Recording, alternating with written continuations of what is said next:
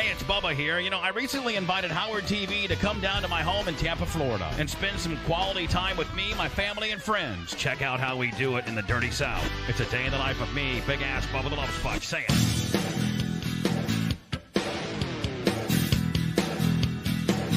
What's up, Howard TV? Welcome to the day in the life of Bubba the Love Sponge. Today it's Saturday, and it's kind of one of my only 2 days I have to myself. Got a little bit planned today. The first thing I wanted to do today, I changed my own oil, especially my diesel truck, and spend some time with my son Tyler, and then maybe later tonight go out to East Bay Action Track, watch my race car. So I'm going to change the oil in my truck.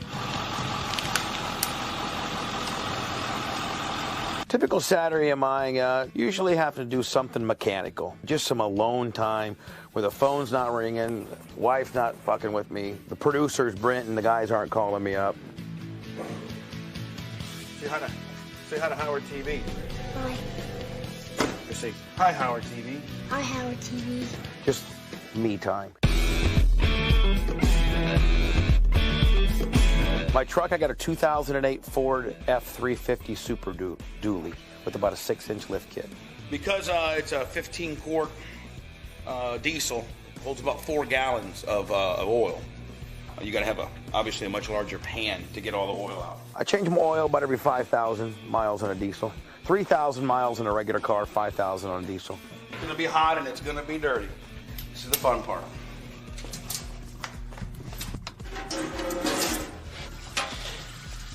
There you go. Man, she's hauling ass. Changing my oil, my truck was a little bit messier than usual. Had one little mess up in the fact that the oil filter adapter that I usually use, I misplaced, so I had to use a regular standardized crescent wrench to try to get the oil filter off, and it didn't work out very well. So I'll have to do that another time. Look at that oil. Look how good that oil looks compared to the shit that I took out. So then you check your oil. You can see. Not over the stick. You don't want it up here. It's perfect. Max. All right, she's done. This is the shitty part right here. You think I'm dirty now. If you're going to change your own oil like a hillbilly like me, have to do it this way, and then you'll take it to one of the oil change shops or something like that, because this is obviously an environmental hazard. Oil. I know you guys are. Heather ran into some dirt or something.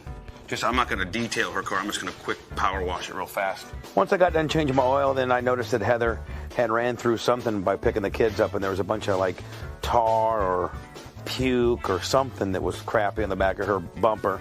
So I went ahead and pressure washed it a little bit. Didn't give the car a full detail, just gave it a little pressure wash on the back to get the crud off.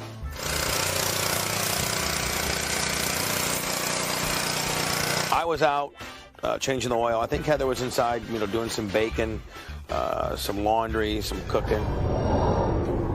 Hi, come on in. I'm Bubba's wife, Heather, and welcome to our house.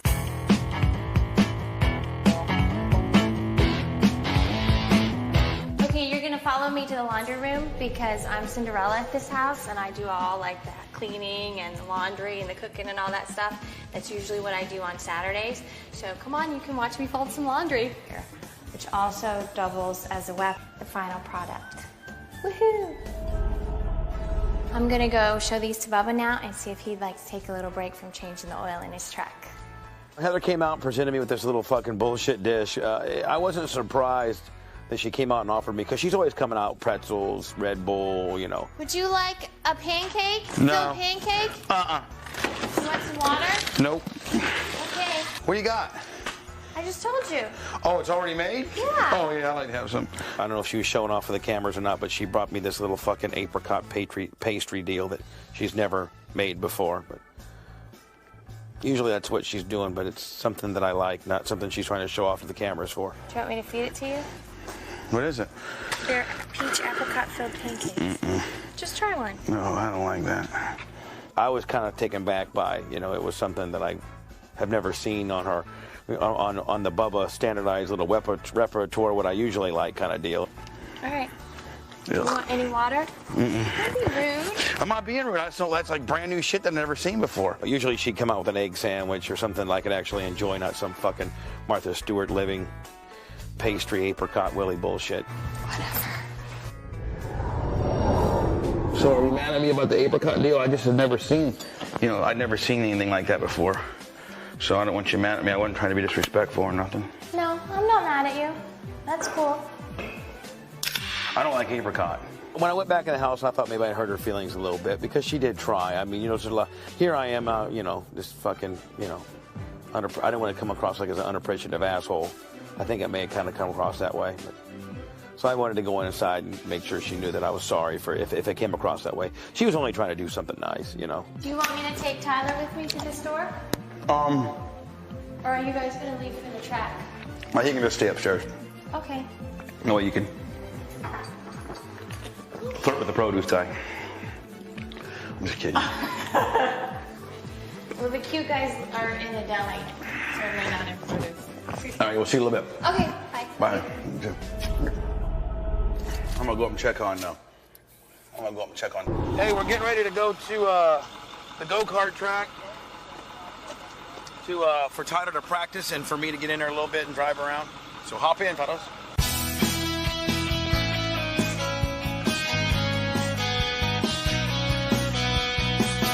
Tyler and I, when we can jet set out of the house and make it to the racetrack, we can. Tyler, are you okay back there? Yeah. What you playing? World About Outlaws? Yeah? All right. We love the go-kart track. That's our home away from home. Traffic's fucking horrible. Jackass.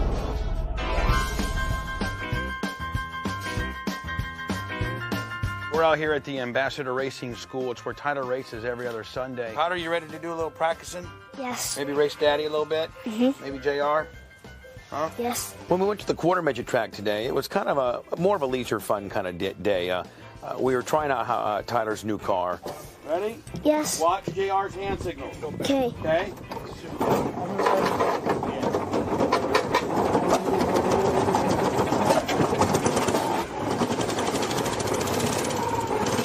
We like to get him a lot of seat time in there. We're not doing a lot of testing per se. We've already done that in the orange car. So today was kind of more of a fun day at the quarter midget track than it was a sincere, roll our sleeves up and do some actual testing day. We got Tyler in his real fast car, and we're out practicing, just doing some practice laps, checking some shock setups, some different tire configurations.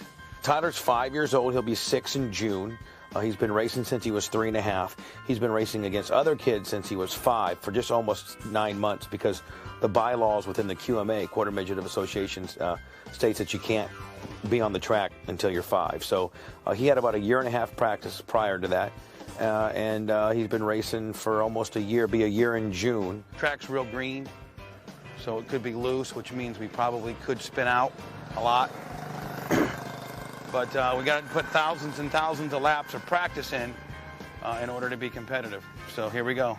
And I'm not going to come down on them and vice versa. So as we're getting acclimated to a new car, we've practiced probably 3,000 laps in that car. But the more race-like conditions that Tyler can have, the better. The more practiced he'll be in real-life scenario kind of deal. Hey, it was everything for me to get by him. Oh, good job, Ted. He participated in 14 races this year and won 8 of them. So he does real well. I'm very fortunate to have a good racing son. The car felt good and it didn't feel tired, nothing. And that's a good racer. All right, so we're wrapping up the track. A little bit abbreviated here, but headed back home. I'm going to probably take a shower, rest for about an hour, and then we're going to head off to East Bay tonight and catch those dirt late models. You guys think we're onto some hillbilly stuff now? Ooh, wait till you see this. Of the earth. What are you going to say to the wedge? Look, wedge. All right, buddy, play here. Jesus. That's great, isn't it? All you can get. We're going to fire it up. All right. There we go, buddy. international event to shake our car down for the local series. And I think we got some good data out of it. We're standing right by the fence, to kind of give everybody a sense of how fast these guys really go. They're getting ready to rip it right now. Watch this, Terry. Watch this. Hogan and I were watching the races from VIP Tower, and I told Hogan, listen, you really can't appreciate how fast these guys are going until you get down on the track level, you know, literally only a few feet away from where they're flying by you. Watch how fast, watch how fast. Watch it, watch it, watch how fast.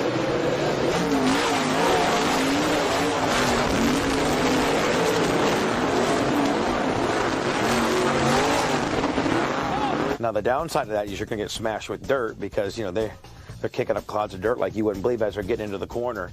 So Hogan, Big Bad Hogan, went down there with me, and he only lasted a couple of laps because it's quite brutal.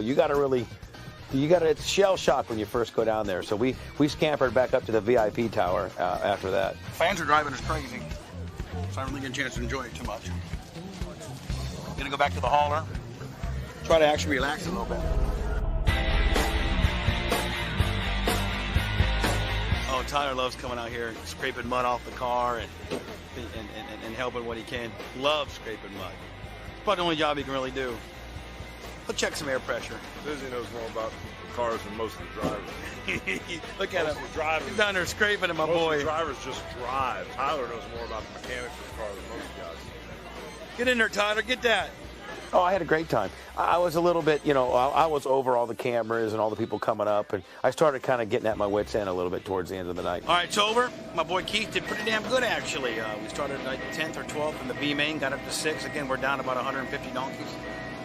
Had a great time, got to see a bunch of good people. It's kind of been a long night. Another 14 hours of taping for you guys and 12-hour radio days for the week, so I hate to be a dick, but I've had enough of y'all, and take care.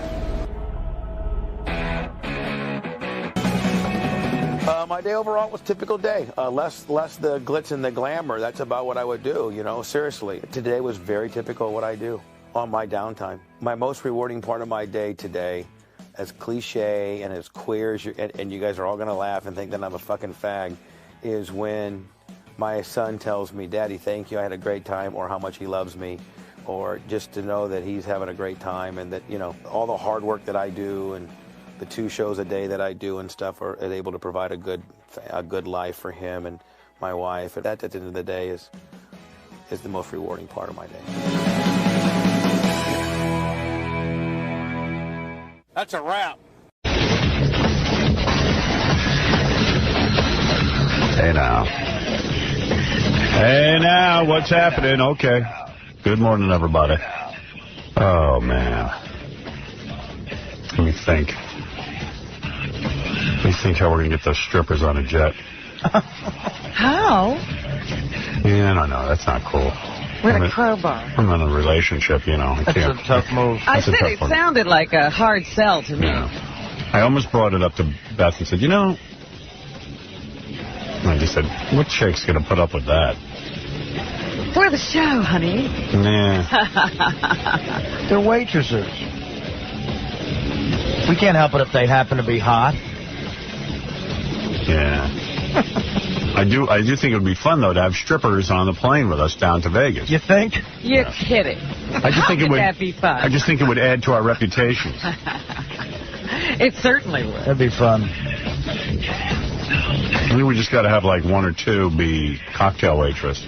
I'm up to 6 guys on there. Yeah. I included Benji and Casey. And You say you're an old soft soap. I am. I knew you'd include Benji. Benji, maybe you're not comfortable with flying on a private jet. Seriously, like maybe those bigger jets are much safer. Yeah. Like Robin says. I didn't say they were safer. I could care less about safety. Oh. You sure you want to go with us? I didn't ask to. I know. I just felt badly. Let the audience decide. Because he sits in here every day, and I guess that means something. He's a good kid. He's a good guy. He's just awkward socially. He's not going to... See, I opt out because I'm not a part of that party. And you should have the room for the party people. Well, he's no party. Well, then he shouldn't be on the plane. I know. I don't want him on the plane. I think he's a party. But I feel bad not including him. And he won't let you off the hook like that. Hey, F you, Robin. What do you mean, F Let him me? off the He hook. won't let me off the hook. Right. Right. I mean, do you play cards? Are you a part of that whole thing? No. He doesn't play cards. He's going to sit there like a big lummox. Listen, I mean, I guess you felt like you were being dicky if you didn't put me on the plane, right? Right. So you think you're nice by putting me on the plane. Right. Which he is. So, and now you're humiliating me by saying you don't want me to come on. Right. Okay. Now do you get it? Finally. But are you going to go on the plane? Yes. Oh, dude, go on the plane. What the hell? Go on the plane. Oh, he will go no matter what. See, that's what You would think he'd say, you know what, I don't want to be with you guys. You don't want to be with me. Well, if you don't want to be with me, go on a different plane. Oh. His own private jet. All right, well, you're in. Jet Benji. All right. You know, sometimes I want to feel like, you know, we never get to go out of the studio. When we go to Vegas, sometimes I feel like a rock star. Yeah. And look who's in my band, Benji. You're flying with the roadie. I know.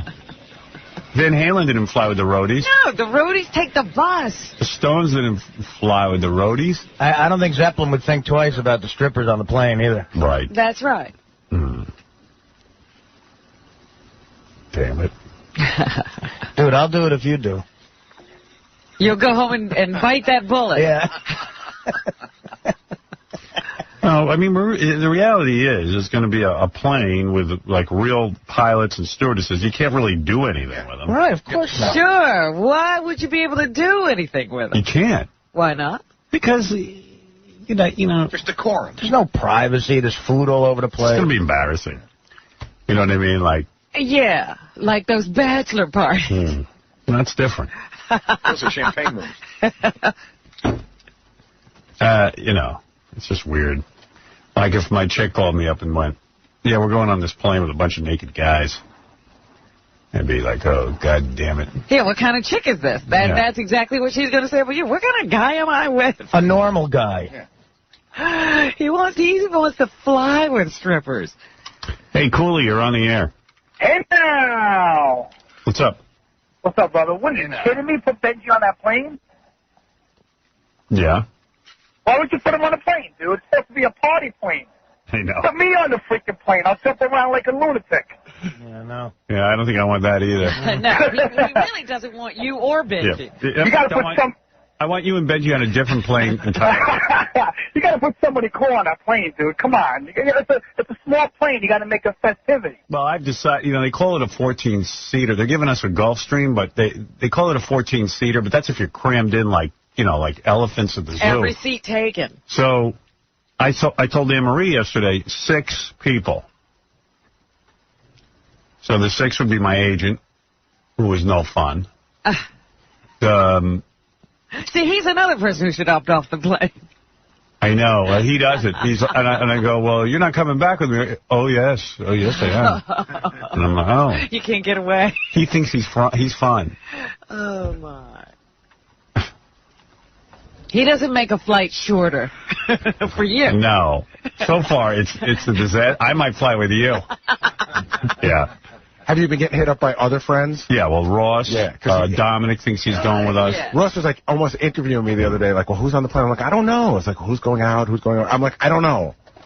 He's got a girlfriend. What's he going to do with her? Send her on another plane? Probably. Oh. And Dominic has a wife, but he's like, oh, I'll just throw her on another plane, too. Yeah, the girls can find their way there. I think Dana's driving. I'd rather have Ross and Dominic than Benji. But Benji works on the show and works hard for us. But well, is Casey on the plane? Yeah. Yeah. Okay. Quite frankly, I don't want him either. I thought Benji, Casey's not a good card player. Casey's a horrible card player, and you have to explain the game to him. And like, sometimes he's like one of those guys doesn't even know what's going on in the card game, and you got to go, Casey, now you deal. Oh, you deal for me. He can't even deal. No, he can't even deal the cards outright. Yo, first of all, thank you very much for letting me on that plane. Yeah. But Dominic's been so cool to me, man. Why don't you give him my spot? You mean it? Yeah, totally. He's helped me out. He's given me that hooked me up with that therapist and all that. He's totally cool. Okay. You know, we got the guy, Jason. You know what? To tell you the truth, I don't want Dominic. I was thinking, what would you... Dominic is more annoying than anyone.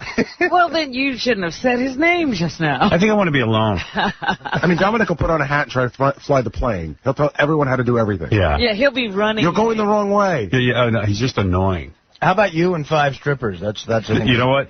I would have such a quick flight. Perfect flight. Huh? I hate air travel, and the only thing that would make me want to stay up there is if I was on there with a bunch of strippers. Because strippers are fun. They get naked, they run around, they entertain you. As long as they shut up. Yeah, no talking. Yeah. No, Those girls don't know how to keep their mouths shut? Just cut their tongues out. Some of them don't. Cut their tongues out. Cut their tongues out. Look, girls, no talking. Yeah. Your tongues are not for talking on this flight. So the thing is, you're in because I don't want Dominic anyway. I mean, the only other guy I would take is Ross. Ross doesn't really play cards. Vinny was on last year. He played cards. He was good? The He's all right. Tom Gisamondo's a fun guy because he organizes the card game. See, Ross would be good if you were bringing the strippers because he's got to keep the party going. I don't know how he's a card player. Yo, what are you talking about on how to play cards? I took it for $200 last year. Yeah, the card game last year was But pretty you fun. had to give your deal to somebody else? You didn't take me for $200. Oh, no, actually, you won. I took everybody else for $200. I got in Vegas, landed there, plus.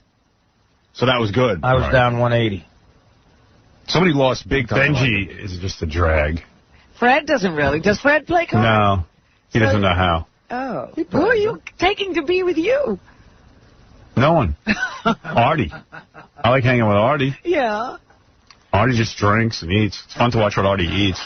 Yeah. Does Artie drink on the plane? Yeah. Oh, yeah. Second we get on. Oh, so much. What are I you started talking having about? sides. I got to admit, Gary, I had a couple of jacks. By the time we got to Vegas, Artie was down a couple of $100 and loaded. We weren't in Nevada yet.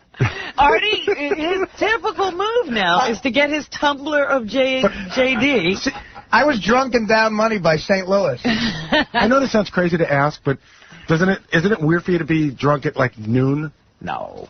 That's when you're the happiest. Funny, like I sit there and go, I'm not going to drink in the afternoon because maybe I want to have a drink at night. Artie's like, I'll start now. Yeah, he's not going to stop. You know, it won't stop him from having that next drink. Yeah, have them at all times. And he's inebriated. I mean, like S-faced. But the whole Vegas trip, he's like that. He drinks around the clock in Vegas. In fact, now I remember. When Vegas. When you guys got out there last year, Artie wanted to play blackjack, and it was like 5 in the afternoon, and I played blackjack with him, and he was hammered. Yeah. Hammered. And listeners came up to him, and he was like entertaining them while he was playing. And he kept drinking. I remember now. Artie's the guy Vegas dreams about. Because, like, they want you drunk, and they want you not acknowledging what time it is, and they want you gambling and losing all your money. Yeah, they like drunk losers. Yeah. And Artie, they love perfect. Artie. Artie's the king of Las Vegas. Drunk losers. Drunk losers. If you're a drunk loser, come out here. He does exactly what Vegas wants him to do. I enjoy it. So, I mean, I would love to have the strippers on the plane, just even as, window dressing. Dude, you have so many stories once you got down there. I know. But if you're not even playing cards, all you're doing is having lap dances the whole I know, this is the worst plane trip ever. No cards. I'm not playing with Casey and Benji and Fred. And dude, Fred doesn't play. Benji's a tool. I'm an excellent card player. Yeah. You don't know. So it's a card game between... How come he couldn't tell by playing with you? Riley, if I was so bad, why didn't I lose? Yes, Dominic. Can I remind you of one thing? Yeah. On our trip last time, or the time before last, we had such a good time. We had the pilot not land. Remember we made the pilot circle Vegas? Yeah, I know. So that trip worked. Well, because Dominic's good with the cards. Yeah, you still had a card game going. You didn't want to land? But I want Casey and me to go. I don't know. I don't know if I want to put up with you for a whole 6 hours. Very good. You're just so annoying. No. Since I lost the weight, I'm not annoying anymore. That's not what I hear. Really? You can't. You know what? They can't put a band around your personality. You need your personality stapled. Yeah. Let me think about it. I'm going to make a decision today. Goodbye. Goodbye. Well, even if you had Dominic, it's all right. It's you, Dominic, Casey, and Artie. Yeah. Cards. And that's enough guys for cards. Yeah. Your agent plays, though. I don't know. He's good at cards. I don't know. What are you doing over there laughing? Why are you laughing at my agent? I just think it's What are you doing, though? You're over there doing a pantomime. Who knows what you're doing? I didn't see him. No, he's doing something weird. What are you doing? Like taking a hat off? Yeah. What is that? No, he's always tipping his hat to you. He's always tipping his hat? He is. He's always taking his hat off, tipping it to you. Oh. It's the funny thing. Hey, another thing you need to do, not to pressure you, Baba Booey's over there doing pantomime while I'm talking. Now I'm going to do man walking against animals. Now here's my man in a glass box. I look over, he's like giggling and pulling his hat off his head. This imaginary hat. Now here's your agent climbing a rope. Now I'm going to take handkerchiefs and pull them out of my sleeve. Baba Booey. Hey, you know what you need to do? This is important. I hate to pressure you. You gotta pick your song. Be quiet. Don't try to change the topic. No, I'm just saying. Yeah, all right. Don't worry about my song. Relax. Well, the band just have your song. No, the band wants your song. Go. They'll do fine. My song will be easy. He's going to do row, row, row. Yeah. Well, if you got to pick your song, they'll be fine. You get 2 weeks. They're going to be fine.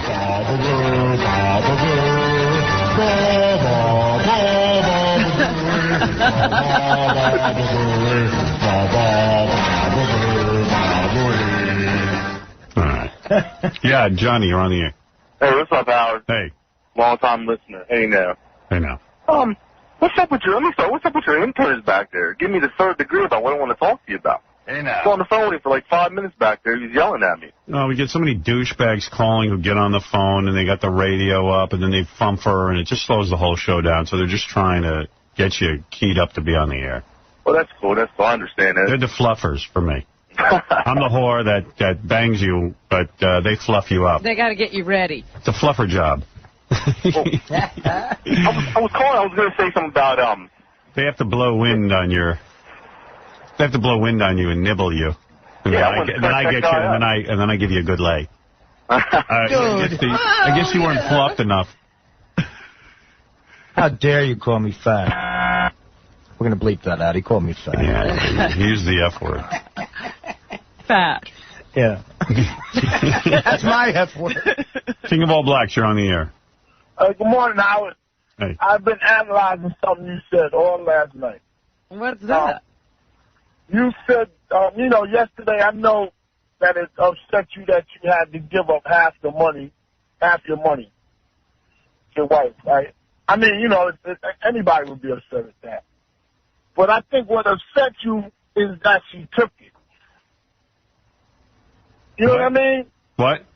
Like, she could have said, that's more than enough. I don't think I should take all of that. And, you know what I mean? Every human being on the planet would take as much as they can get.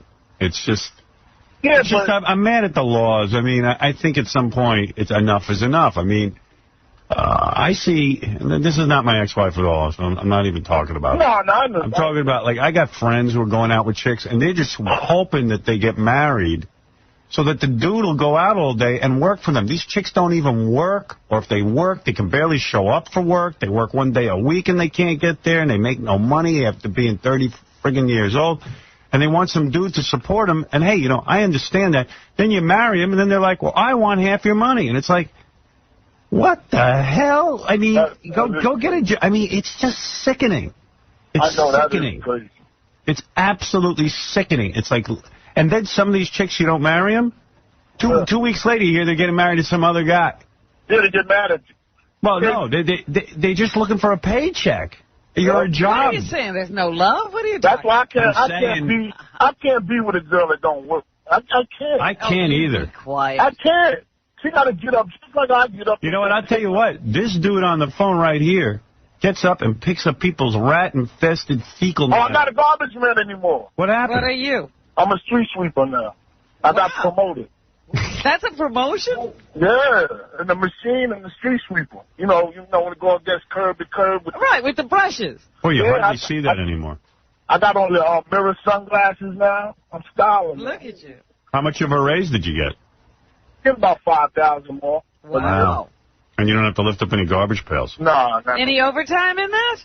Well, it doesn't start till June, so I think I'm going to hang up. I'm going to put my gloves, the last day, I'm going to put my garbage gloves in a picture frame, like behind some glass. Wow. And hang them my point is that this guy works his ass off driving this stupid trucks and lifting garbage and then manages to put together a deal to buy a house and this and that. Then he gets married, and next thing you know, half his pension's gone. Brutal. That's crazy. I mean, it's brutal. It's brutal. Let her go lift garbage pails. That's why if I am going to get married, I think I'm going to do it. But I don't mind getting married to the girl I got, because she gets up and goes to work.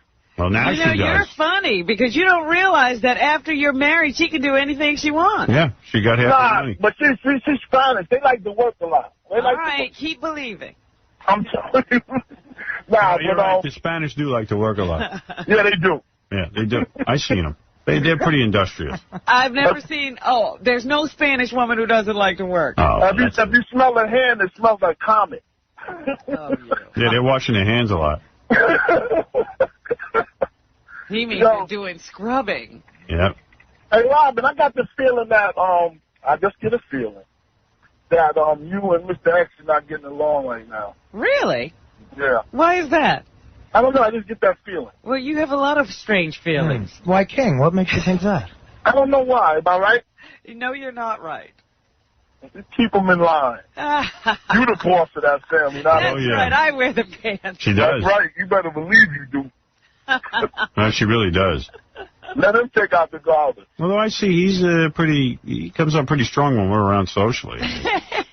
But to me, I think Robin, I don't know you personally. I just think that you like a man that's more aggressive. I do? Like, more take charge. I see. That's what I think. All right. Is that true? I'm not the brightest guy in the world, but that's not true. Is that true, Robin? What, do I like an aggressive man? Yeah. No. Like that'll tell you, well, hey, listen, all girls say no, but... Yeah, they don't I don't want a pushover. They don't even know what they want. No. They don't want. I don't want somebody trying to tell me what to do, but I don't want somebody who can be told what to do either. I had a girl years ago, and I had a problem, like, hitting girls, and I had a problem with that years ago. Before the show, because we taught him not to hit girls. But, of course, we should be taken off the air. Yeah. But after I stopped being like that and turned to a new man, she left me. Right. So, women don't know what they want. Some women like that type of guy and some women don't. But Robin, I think that she likes a little of that a lot of that aggressiveness and a lot less. I like a real man. I don't want a teddy bear. No, you don't want that. King, no matter what happened, continue not hitting girls, though. No, of course not. You can't do that. That's yeah. You don't want to be with a girl who wants to be beaten. Yeah. You can yell at them and degrade them, but don't beat them up. Right, thank you. Right. Degrade, but don't beat. You can yell, scream, degrade, and dehumanize as much as you want. Now we know the line. The prettier they are, the more you got to degrade them. I see. Could be very because they get all that niceness all day. Oh, you look good. No, I know tons of dudes who just abuse the hell, not physically, but mentally, out of their women. But they do love them. And they all think they're getting away with it. Like their friends don't know. And oh, really? Yeah, but every one of us knows. You're all talking about it. Yeah. And it's like some dudes just can't stop humiliating women. Wow. They just can't. They can't because they're such worms. But I'll tell you one thing. Listen, I don't know your relationship, Howard, but there's one thing for sure is that Beth loves you. I could just see that in her eyes. She looks at you the same way your wife used to look at you. Oh, thank you. With that spark. Great. All right, thank you. I love you, man. Not enough of you. You overstayed your welcome. Bye-bye. Wow. Oh, he's on the sweeper machine. Nice. Who knew that was a promotion? I didn't. I really wouldn't have said that. One thing, King is right. Beth looks at me like Artie looks at Jack Daniels. I mean, it's unbelievable. But I look at her the same way. Don't you think? You've observed this, Robin, enough Don't time. ask me these things. You can answer. I don't care. I mean, you're not insulting me if you don't think I do. You have never loved as much as you're loved. That's true. So don't say you look at her the same way she looks at you. I'm incapable of loving, but I'm in love with Beth. You don't think I'm capable of loving? I didn't say that. I love my kids. I never said you were love incapable of love. I said you have never loved as much as you're loved. Well, that's because I'm mentally ill. That's because I don't know how to do that. No, you find people who will worship. Get out of here. Worship. Hardly. You're worshipped. No, I'm not. I'm just a great guy. Any chick who goes out with me goes crazy for me. What can I tell you? Chicks dig me. I'm a great boyfriend. Yeah. Right. I'm telling you. I'm agreeing with you. I said, I they am. look at you like you're amazing. Believe me, you look at me the same way. I do? You're damn right. I can't see myself. I've never seen you like that. I'll tell you, you say, I'm considering not having strippers on the plane. That's love. Now, come on. That borders on stupidity. Love would be... That's stupid kind of love. Love would be not even considering the strippers on the plane. Oh, I can't do that. I can't make that leap. I mean, come on. We're still guys. When you were dating, right? Did anyone ever break up with you? No. Yeah, it didn't sound like it. Never. So you haven't been dumped? Never. Not since college. Oh, college, a whole different story. But I wasn't really dumped that much in college. But you were dumped a few times. I've been dumped a few times, sure. Well, I'm a good boyfriend. I mean, first of all, I don't dehumanize women. I don't yell at them. I pay for dinner. But you're pretty much when we went out to dinner that night, the way you were looking at Beth, the whole night. No kidding. Attentive, holding her hand. Oh, my God. I'm so into her. Robin just can't see it. No, I'm not saying you're not into her. I'm still saying she's more into you. You can't help that. I don't even know that that's true. That's all I said. Let's ask Beth if she thinks that. Well, she's not going to think that. You don't know what she thinks. You asked from an outside position what it looked like. I'm just telling you. All right. Then that's a fit. Listen, I asked for it. I wanted to know. Yeah. Hey, you see who's getting married? Trump. Trump. Oh, what happened there? I looked at this, and you know what I said to myself? Oy vey? No. This is how he says goodbye. Yeah, this is how he divorces women. Melania is the one who got hired. He gets you, when he's ready to get rid of you, he marries you. That's a good point. Because every time he marries one of these broads, he gets rid of them. They're right out the door. But in all fairness, he was married to Ivana for years. But that was his first marriage. He didn't marry Marlo until the end of their relationship. Yeah, well, he knocked her up. And he said it was like a goodbye thing. Right. Think he's cheating already? Yes. Yeah. I think he'll have a date at the wedding. So he's going to marry her and then divorce her because it'll be easier because we'll get her to sign a prenup. Well, it's like you hung in there with me for a long time. Here's your reward. Let me give you that. Yeah. Yeah, she does whatever he wants, though. You talk about a chick who's way more into a guy. Look, so did Marlo. Or Marlo, whatever her name was. Marlon from the Planet Zoo bar. All I know is that wedding is going to be absolutely fantastic. Off the hook. I know we're going to go. Just mess it up. Here's a wedding we can go to. There you go. Get your tux and your dress. Those are such personal, lovely affairs. Yeah, because he doesn't know anybody there. You should invite OJ again. Same guest list. Yeah, that was funny. The last time you went to his wedding, you had a lot of great stories. Give me the back of a book cover. Yeah. Well, you know what? You could look around the group and see who's going to kill somebody in that one. Mike, you're on the air.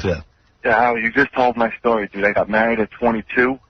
I got divorced at 28 with a baby. I'm still paying. I'm 32 years old now. I'm still paying half of my paychecks being banished.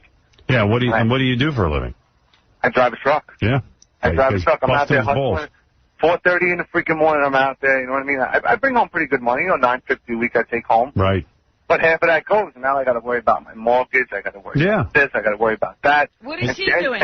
Is she? Oh, she's not working. Of course not. No, she's not working. And I bet you throughout the day you're going, gee, if I could have my other $450, I could have bought this. Or I wonder what my other $450 is doing right now. Right. Oh, forget about it. I can't have any freaking fun. I got to try and hustle a couple of bucks on the weekend. Right. Just to try and make ends meet and hide the cash from the government. Man. See, that's when you realize when you're not out, you're working all the time, you're not having any fun. You go, what am I here for? What am I doing on Earth? Your life sucks. Like you, Howard, I like to get a couple of the boys together, once a month to play a couple cards. I can't even do that. No, you don't have the money. No, these guys are like $100 buying. I'm like, I can't even afford $100 to pay. You know what I mean? To sit down at a card. And in a way, you understand, like, look, okay, your ex-wife, she's got the kid and everything. She's probably taking full-time care of the kid. So, all right, listen, she's entitled to money and everything. But even in my case, I was like sitting there going, well, how much is enough? You know, and like you see some of these guys, it's just bam, half. Yeah, it's like Chris Rock says, they've grown accustomed. Yeah, exactly. And plus, well, you're what I always like you're a young guy. To a lifestyle. And if she remarries, are you going to still have to pay? I think I would. Well, then unless her new husband adopts, my daughter. Right, you got to do don't that. Want that. And that's not happening. No way. But I'll be paying until I freaking retire. Yeah. Sorry. Oh, man. All right, bro. All right, Howard. Any prizes, dude? Prizes? I don't even have a prize. That's how much of a bad streak you're on. Oh, man. Man, the custom poop. I love that Chris Rock rap. Man.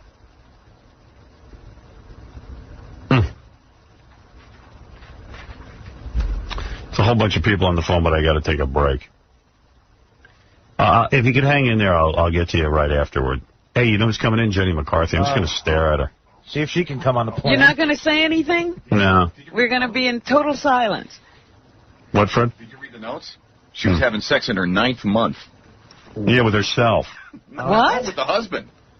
No, she didn't have sex. I read those notes. She had sex during her... I'm almost sure she did it with her husband, and they did it in, like, how... She said she started to see colors and was passing out because it was so good.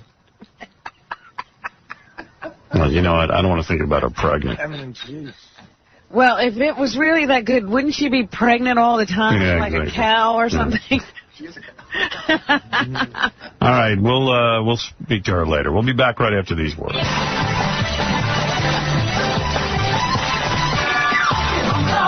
We get your phone calls. We get your phone calls every day. Yeah, hi. I'm looking for Tom Chiasano. My name is Cancer. I'm looking for either him or his colon, his pancreas, his rectum, his lungs, his testicles. If you happen to see him, can you tell him that we're looking for him? Thanks a lot. The Howard Stern Show, 95X. Yoo-hoo! Yeah! Good morning, everybody! Got your Led Zeppelin here at WNBC. Yeah! We got a great day for you, baby! Come on! I'll sing it! Secret! You big blonde maniac! Forget it. It'll take 10 hours. This song has the hugest intro ever. All of their songs are pretty much. Ba, ba, ba. I had a dream. Ooh. Hey now. Hey now. Hey now. Hey now. Hey now. Woohoo. Hey now. Yeehaw. Hey now. Yeehaw. Great song. But just imagine you're Kooky. waiting to sing while this is going on. Yeah, well, I would be like banging chicks. If I was in Zeppelin, I would have been having sex and performing magic on the stage. Yeah, you could do a whole other act. Robin, you'll have to excuse me for a minute. My solo is coming up, so I have to take leave of you now. All right. And put the echo chamber on and just... Get it. Those power chords are about to hit. I can feel them coming on. I had a dream. This is where it all falls apart.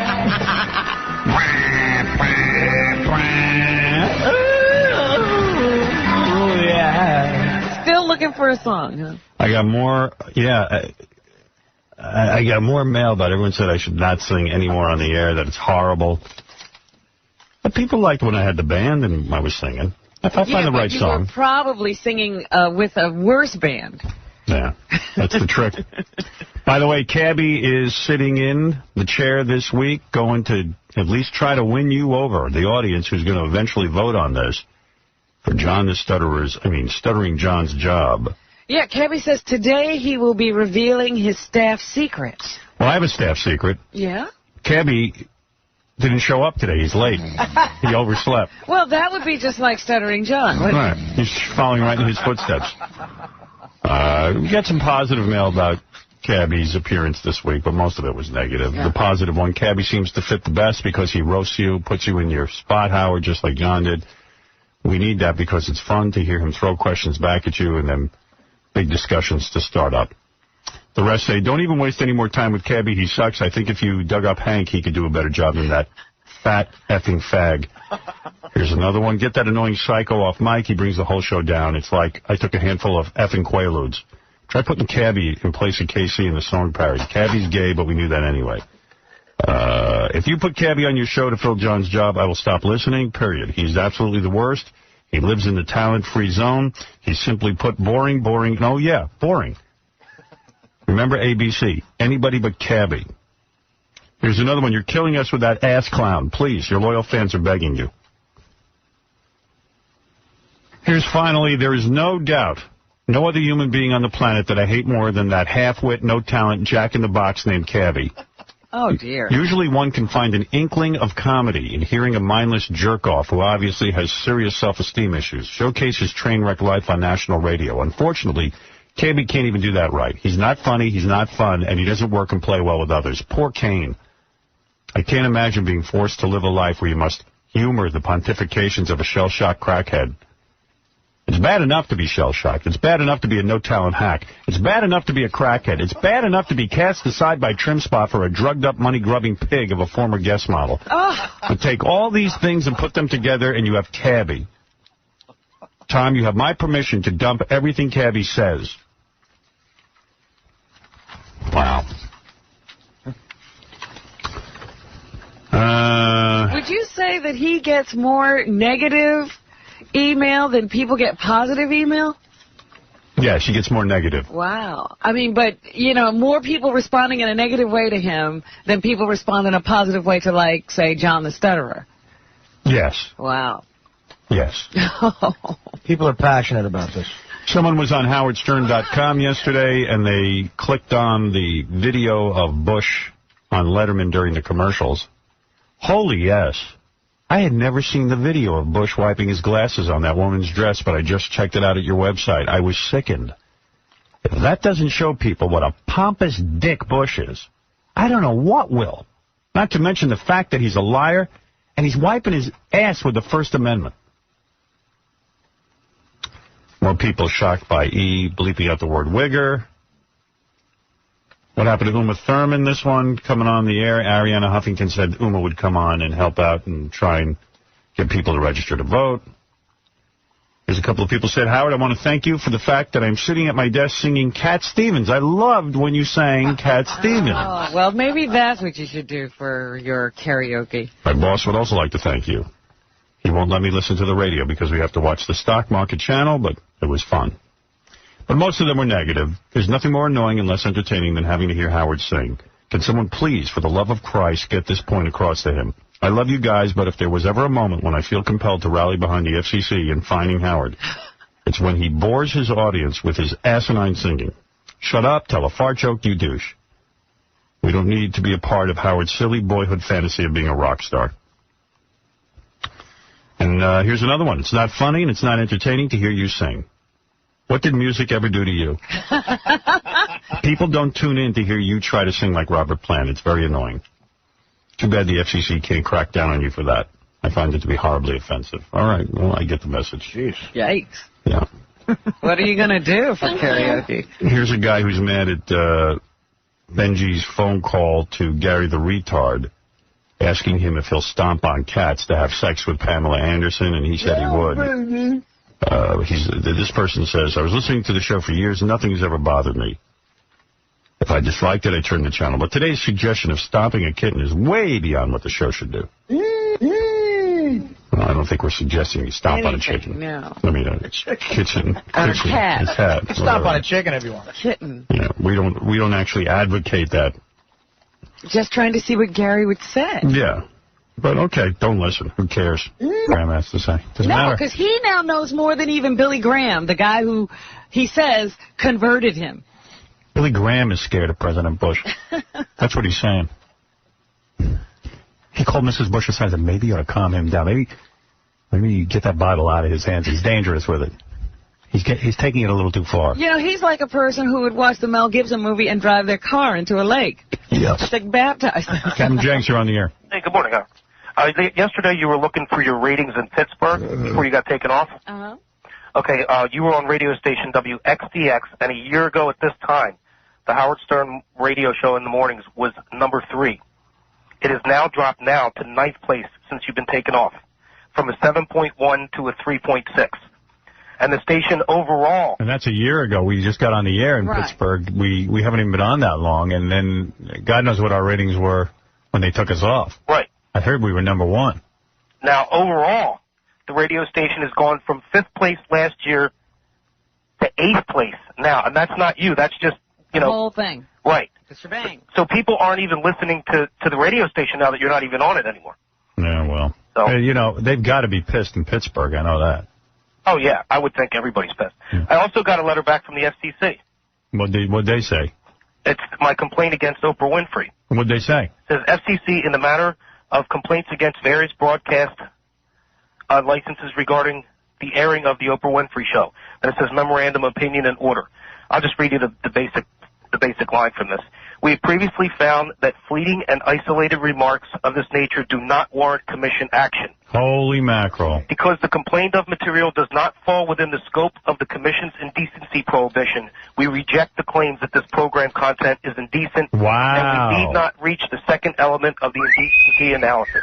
There it is. Despite what Tom said yesterday about that staffer who said you can't fine Oprah, yeah. It seems they can't fine Oprah. Well, Tom's no great thinker. Well, there you have it, ladies and gentlemen. The FCC has said themselves, although Oprah's content went way further than mine, I was fined for the exact...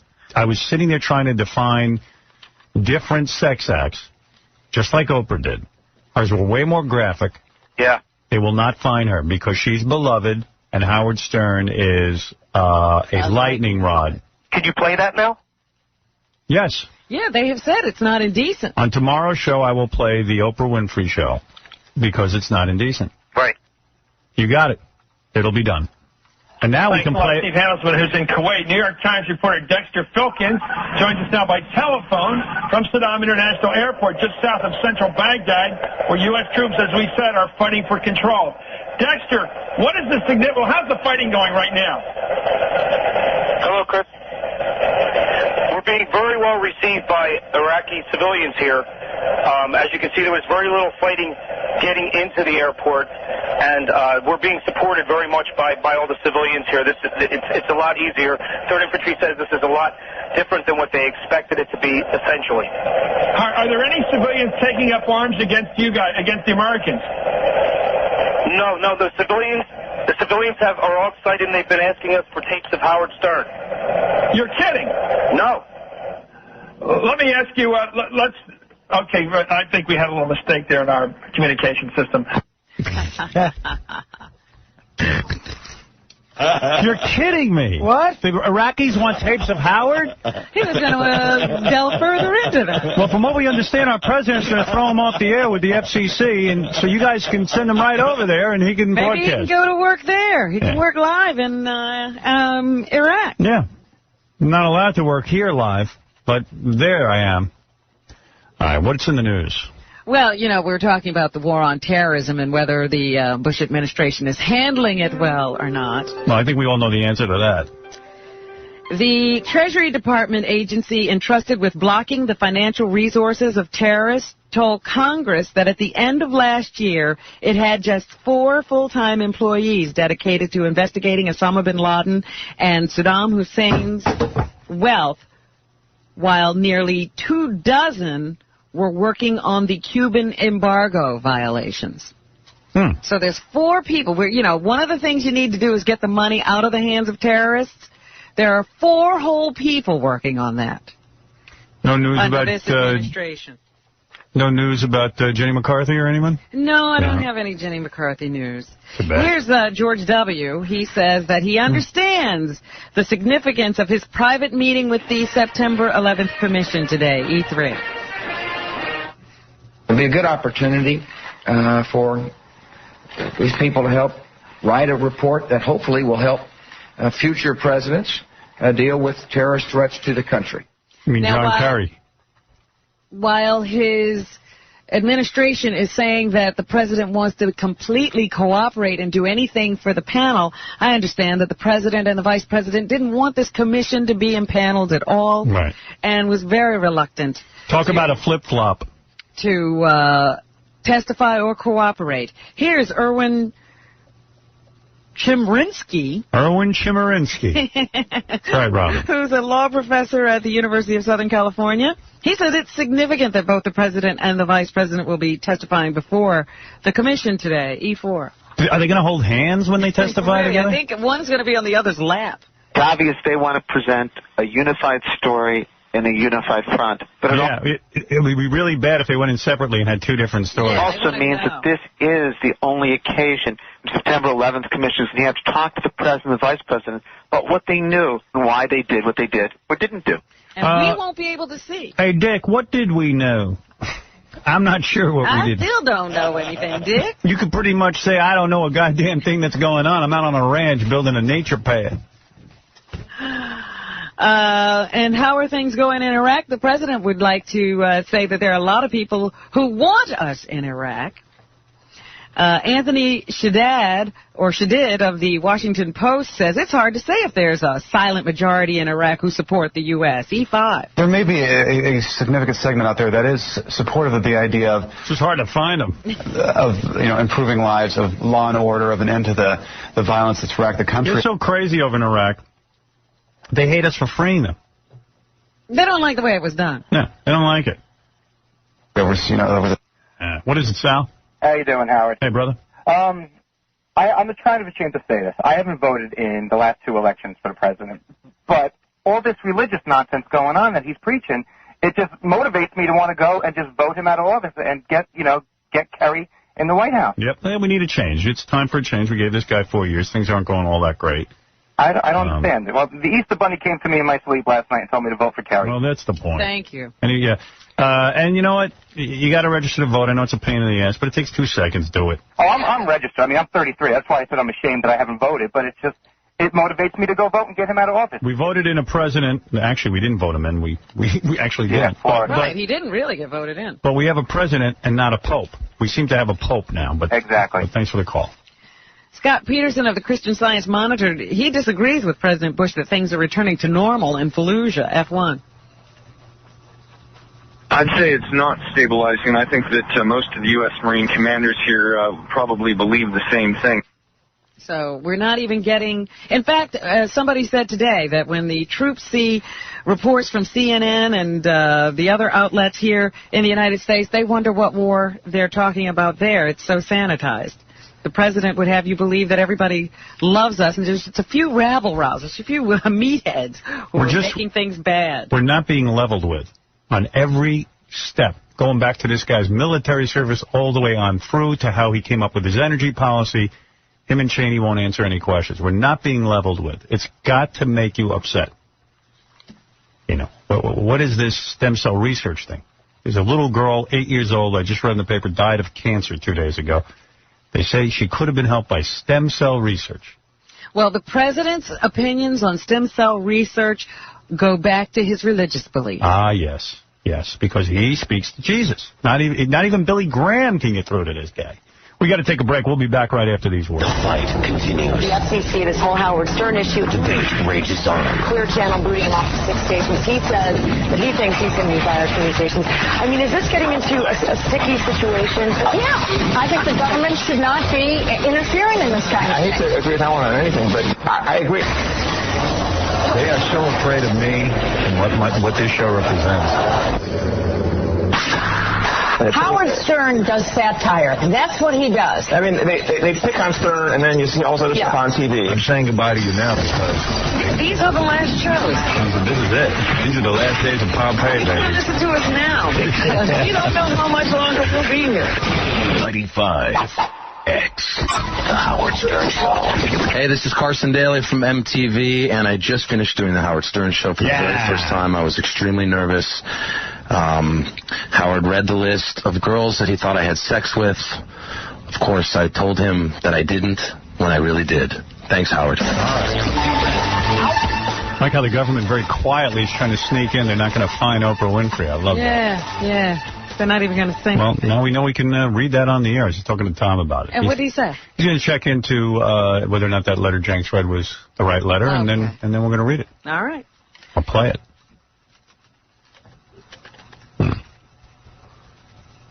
Let's see. By the way, I should mention Fox News. That was that piece I ran earlier this morning from Fox News where they had on Michael Harrison who spoke about me. Oh, I see. Yeah. Okay.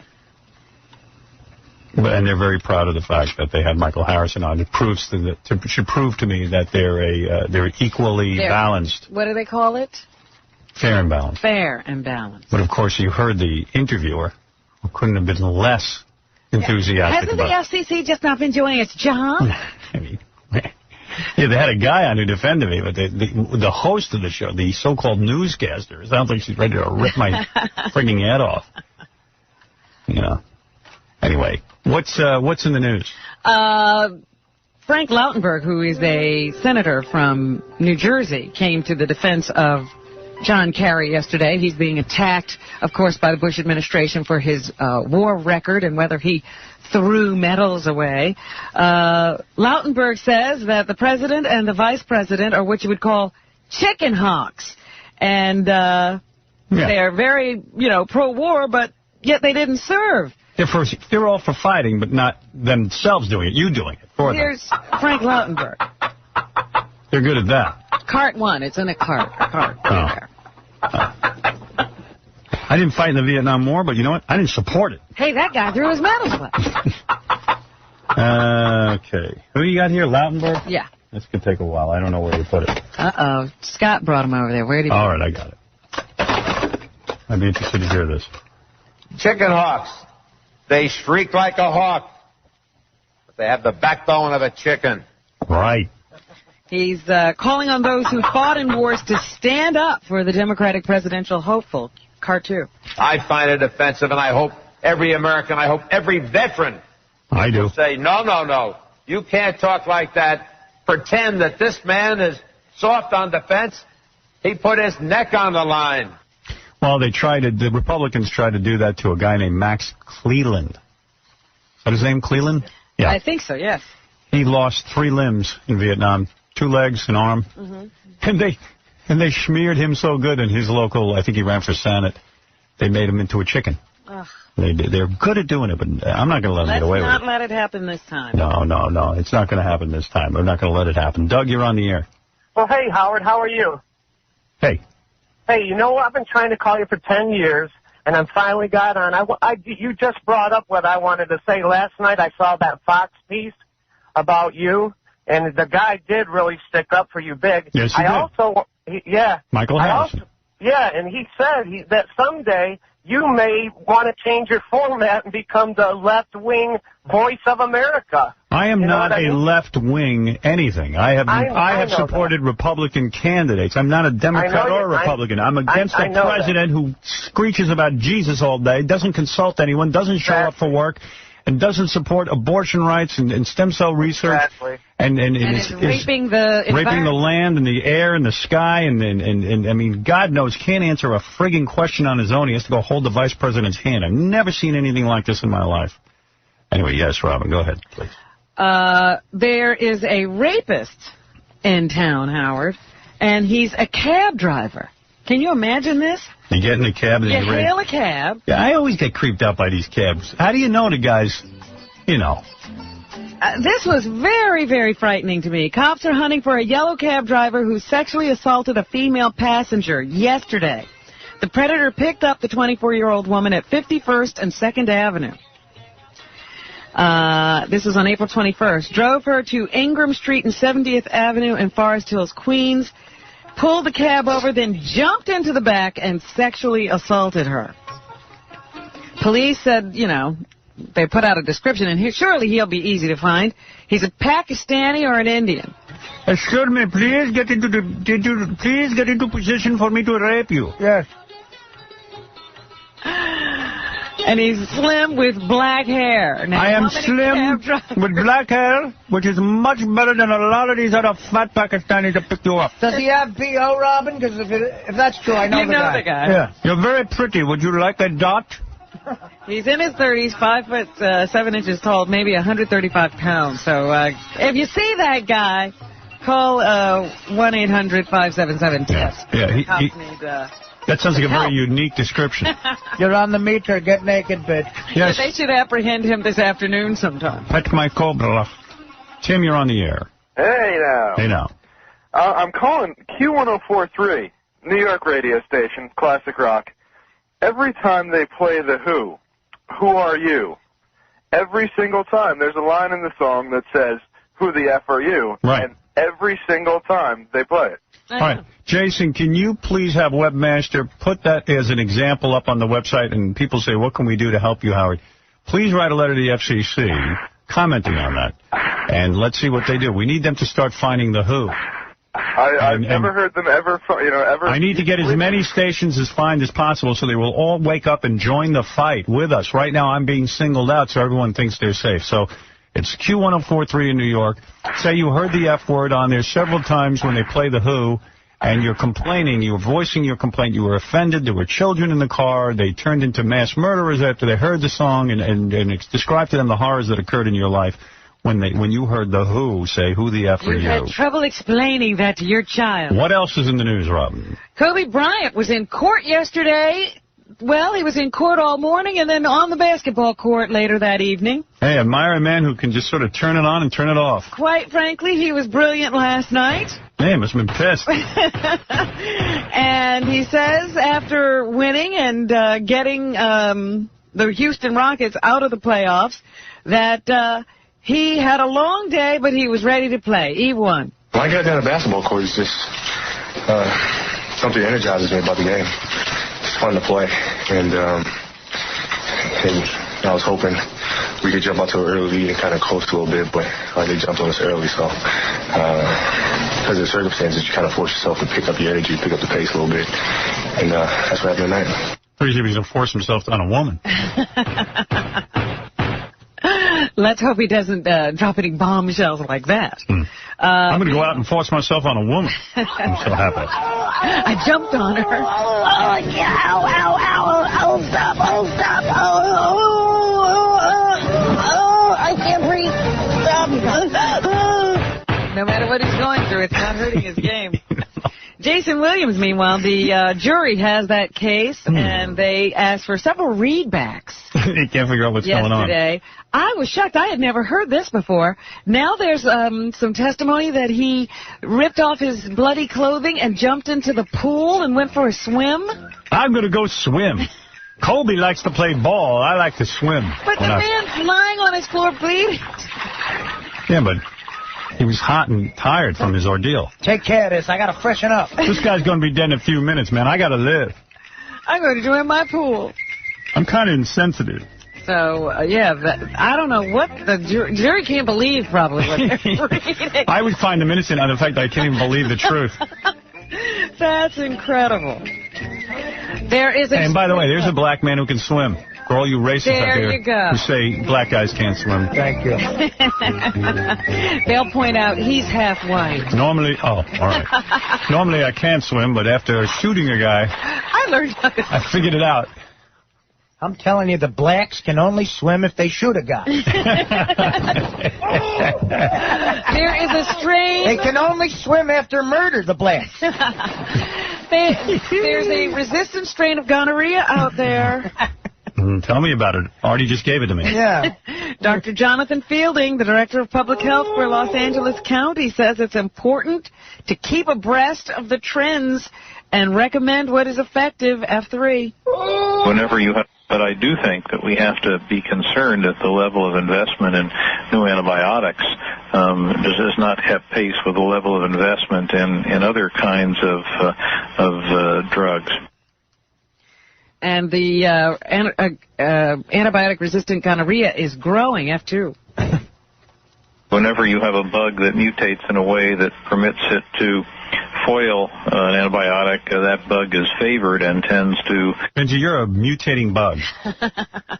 Mutating gonorrhea bug. And you are favored. Oh, yeah, ow, ow, ow, oh, stop, Benji, I'm kidding you. You know that. What about? Oh. It's a bit. Anyway, be careful out there. Wear your condoms, because you don't want to get that gonorrhea. They can't get rid of it. Where's me rubbers?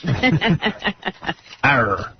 There was a chef up in Connecticut who was killed, and they think he might have been killed in his restaurant. Wow.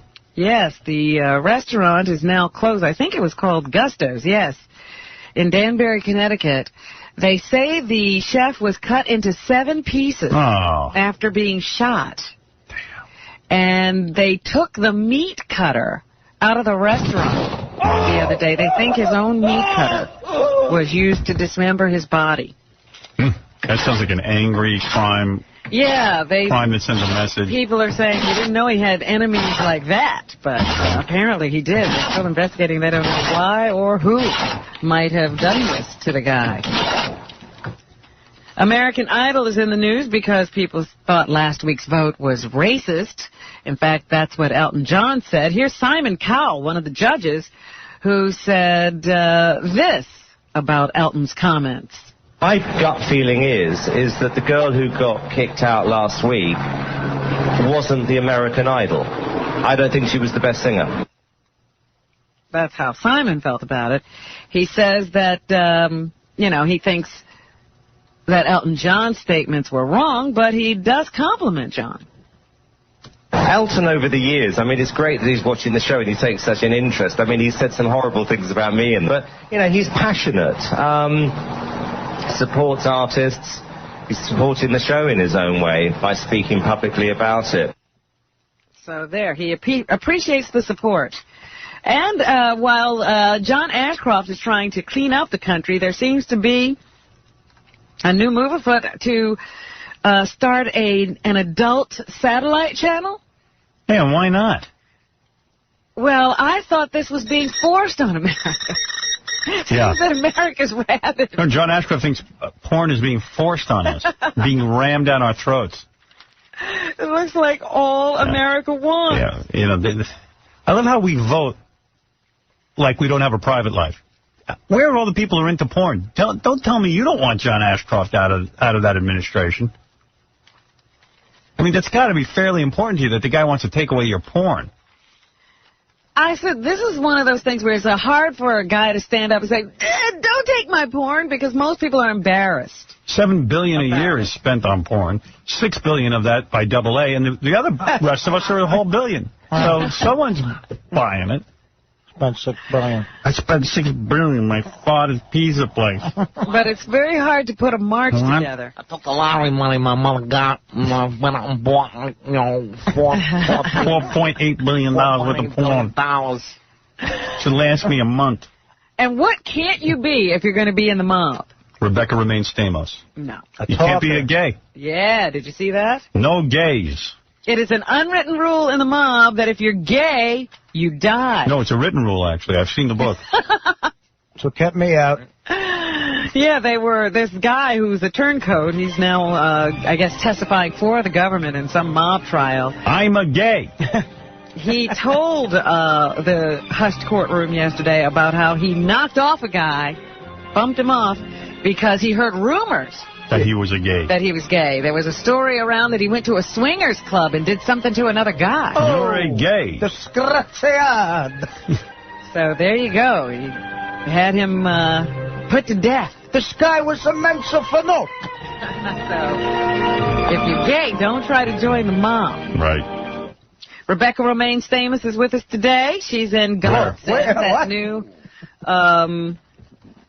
Robert De Niro, Greg Actually, that was my joke. Movie. That was my joke. What? That's Rebecca. Oh. That was my joke. Okay. That was my joke, because that, This is the actress joking about the Realians and their claim that they cloned a human being. That was my joke, is that, we started off making a movie that we considered sci-fi, and then the Realians claimed that they had actually done this, and we were like, is it still sci-fi or just sci? Without the fi. I don't know. That's her joke. George the guy likes it. Here she talks about some of the potential physical complications of cloning. They say that if... Oh, she knows about cloning? She's a scientist now. They could really do it, even the... Rebecca Romaine Einstein. Looks wouldn't necessarily be physically you wouldn't necessarily be the same. You wouldn't look the same. All right, whatever. And here she says there are potential medical benefits to cloning. In the right hands and used for the right purposes, it could be good. And we met a doctor. We could clone you. Each one of us could have one of you at home. Let me tell you, that would be a good medical use. You're damn right. doctor who, while we were working on this movie, who is working on cloning organs and is pretty close. All right, whatever. Okay. This is, I guess, one of the last episodes of Friends. I guess I got good. Second to last. They've been horrible. 2 more weeks of this torture. I'll tell you, MASH was like 100 million viewers for the last episode. I don't think Friends will have that. They've worn us out, I think. Yeah, I think they've just beaten us down. Here's Jennifer Aniston giving her initial thoughts about working on the show. B3. Oh, I'm nervous. I'm excited. You don't know. It's kind of... She might be the #1 reason I'm sick of that show. Could be anything. And tomorrow it could go on forever. She's just annoying. Annoying. Annoying to the third power. Yeah. Annoying cubed.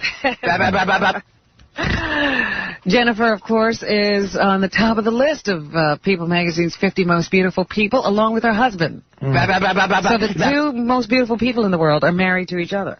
Wow. That's the way it should be. Here's Courtney Cox discussing the importance of the cast getting along. You little bitch. Oh, yeah, it made a big difference to like everybody, for sure. Yeah, absolutely. The last episode, all the black actors that never could work on that show because there's no blacks in Manhattan, apparently. Not around that coffee shop. They break into the apartment and they kill the cast of Friends. Absolutely. And Jim Burrows makes us so, he keeps telling us how important this is because he did Cheers and he's directing this. And he really wants us to socialize after work, just get this relationship because he said everyone... Oh, who cares? Oh, boy. And here's Lisa Kudrow. They have to hang out together in order the freedom the actors have in trying new things. The really great thing about in the last episode, Courtney Cox gets raped by a cab driver. Get in the back. Yes. Show and tell your husband to stop goofing around. Burrows is that that annoying David Arquette. Oh, stop. I can't breathe. We're so free to pitch lines and anything we feel like doing if it's not great. Because the writers don't know what to do with you. And on Will and Grace tonight, Jennifer Lopez that's makes important. a guest appearance. I want to see that. She got a strap on? Here's Eric McCormick commenting on J-Lo's role. Yeah. She is playing the role of Jennifer Lopez. A lot of people auditioned for it. I wanted to crack. I thought it was unfair that He's funny, too. This is his joke. Anything else? That's what's happening. Special guest on Will and Grace, Jennifer Lopez and her enormous ass. There are 2 guests. Tonight's episode, Jennifer's ass gets a job. While Jennifer sits at home. All right, we'll see you tomorrow. Oh, by the way, if you are siblings and you would like a special date with porn star Tabitha Stevens, please call 1-800-44-STERN. You mean a brother and a sister? Or 2 sisters? Or 2 brothers. Right. Oh, okay. 2 brothers on a special date with Tabitha Stevens. Rather. Hey, thanks to Kyle Maynard, kmaynard.com. Check him out. Guy, no arms, no legs, true inspiration. Great guy. Jenny McCarthy, great guy, too. Her book, Belly Laughs, is available in stores now. She wasn't nearly as inspirational, but get her book anyway. Depends who you are. She had arms and legs, that's for sure. And we'll see you tomorrow. 95X.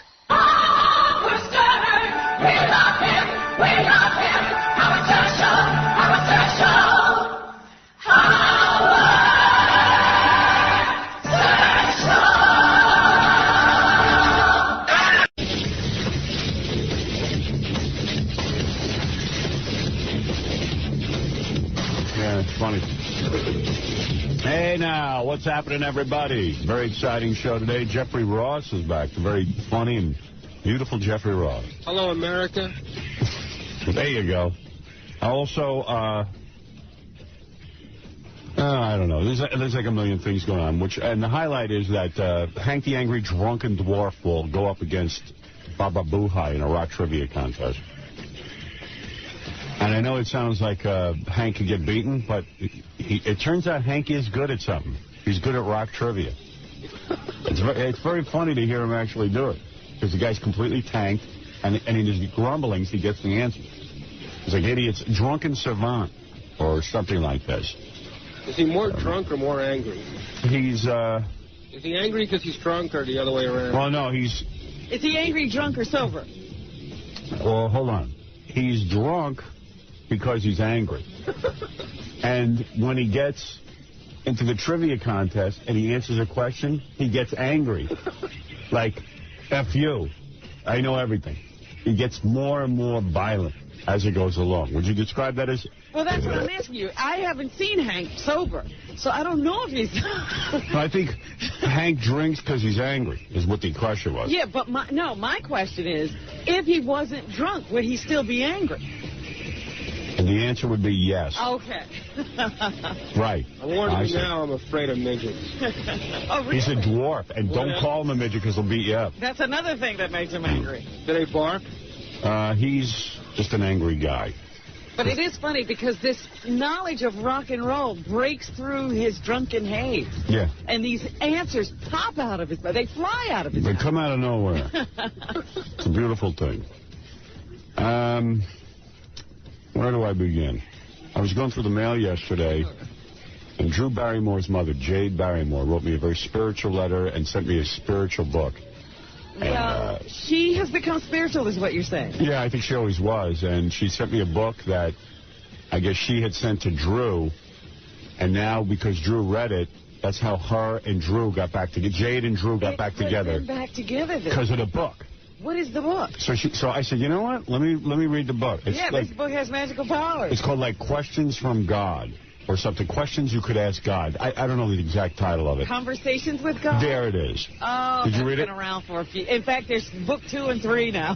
Well, I started to read it. It was such a load of crap. I don't even know what they were. It was like the ramblings of a mental patient. God is a mental patient if that's him, writing a book. That's the kind of book that if you picked it up, you'd look at it for 2 minutes and then you'd throw it away. Yeah. But guess where I took that book with me? Where?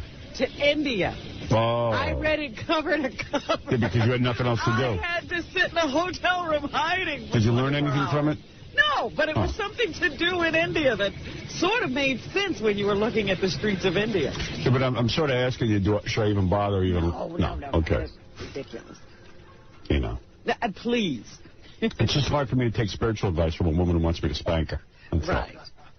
No, I was looking out the window at people getting out of their cars to walk around cows, so I started to read that book. You were in a bad shape. I want to read a book called Conversations with God about Howard Stern. That I'll specifically read. God talks about Howard Stern. Yeah, God talks about Howard Stern, a whole book. I will read that. Listen, I got to take a break. We have a big show for you. I'll get to your phone calls right after these words. There's a lot of fight news, too. Crazy Cabbie versus Angry Black. What we have to do next, I really need to do this. I need to give this fight a name. Okay, yes, and, every big fight needs a name. So I put it out to the guys, and we have a bunch of names to choose from. Okay. All right? There's a couple of real good ones on the table. And I've now figured out exactly the way this fight is going to go. Yeah, good. Then hold on analysis. to that. There's a lot of people on the phone who have analysis. Friday, that's Friday's show. Friday around, we're going to start the festivities from the WWF restaurant on Friday at 6 o'clock in the morning, but the fight will probably occur at, 8 o'clock or so. Yeah. Somewhere in that range. Okay. We'll get them coming into the ring at that time. One of our sponsors for the big fight, Sobe Adrenaline Rush, the superior energy drink. They will have that in their corner. Yes, they will. We'll be back. Jeff Ross will be here right after these words. We get your phone calls every day. Hey, Gary.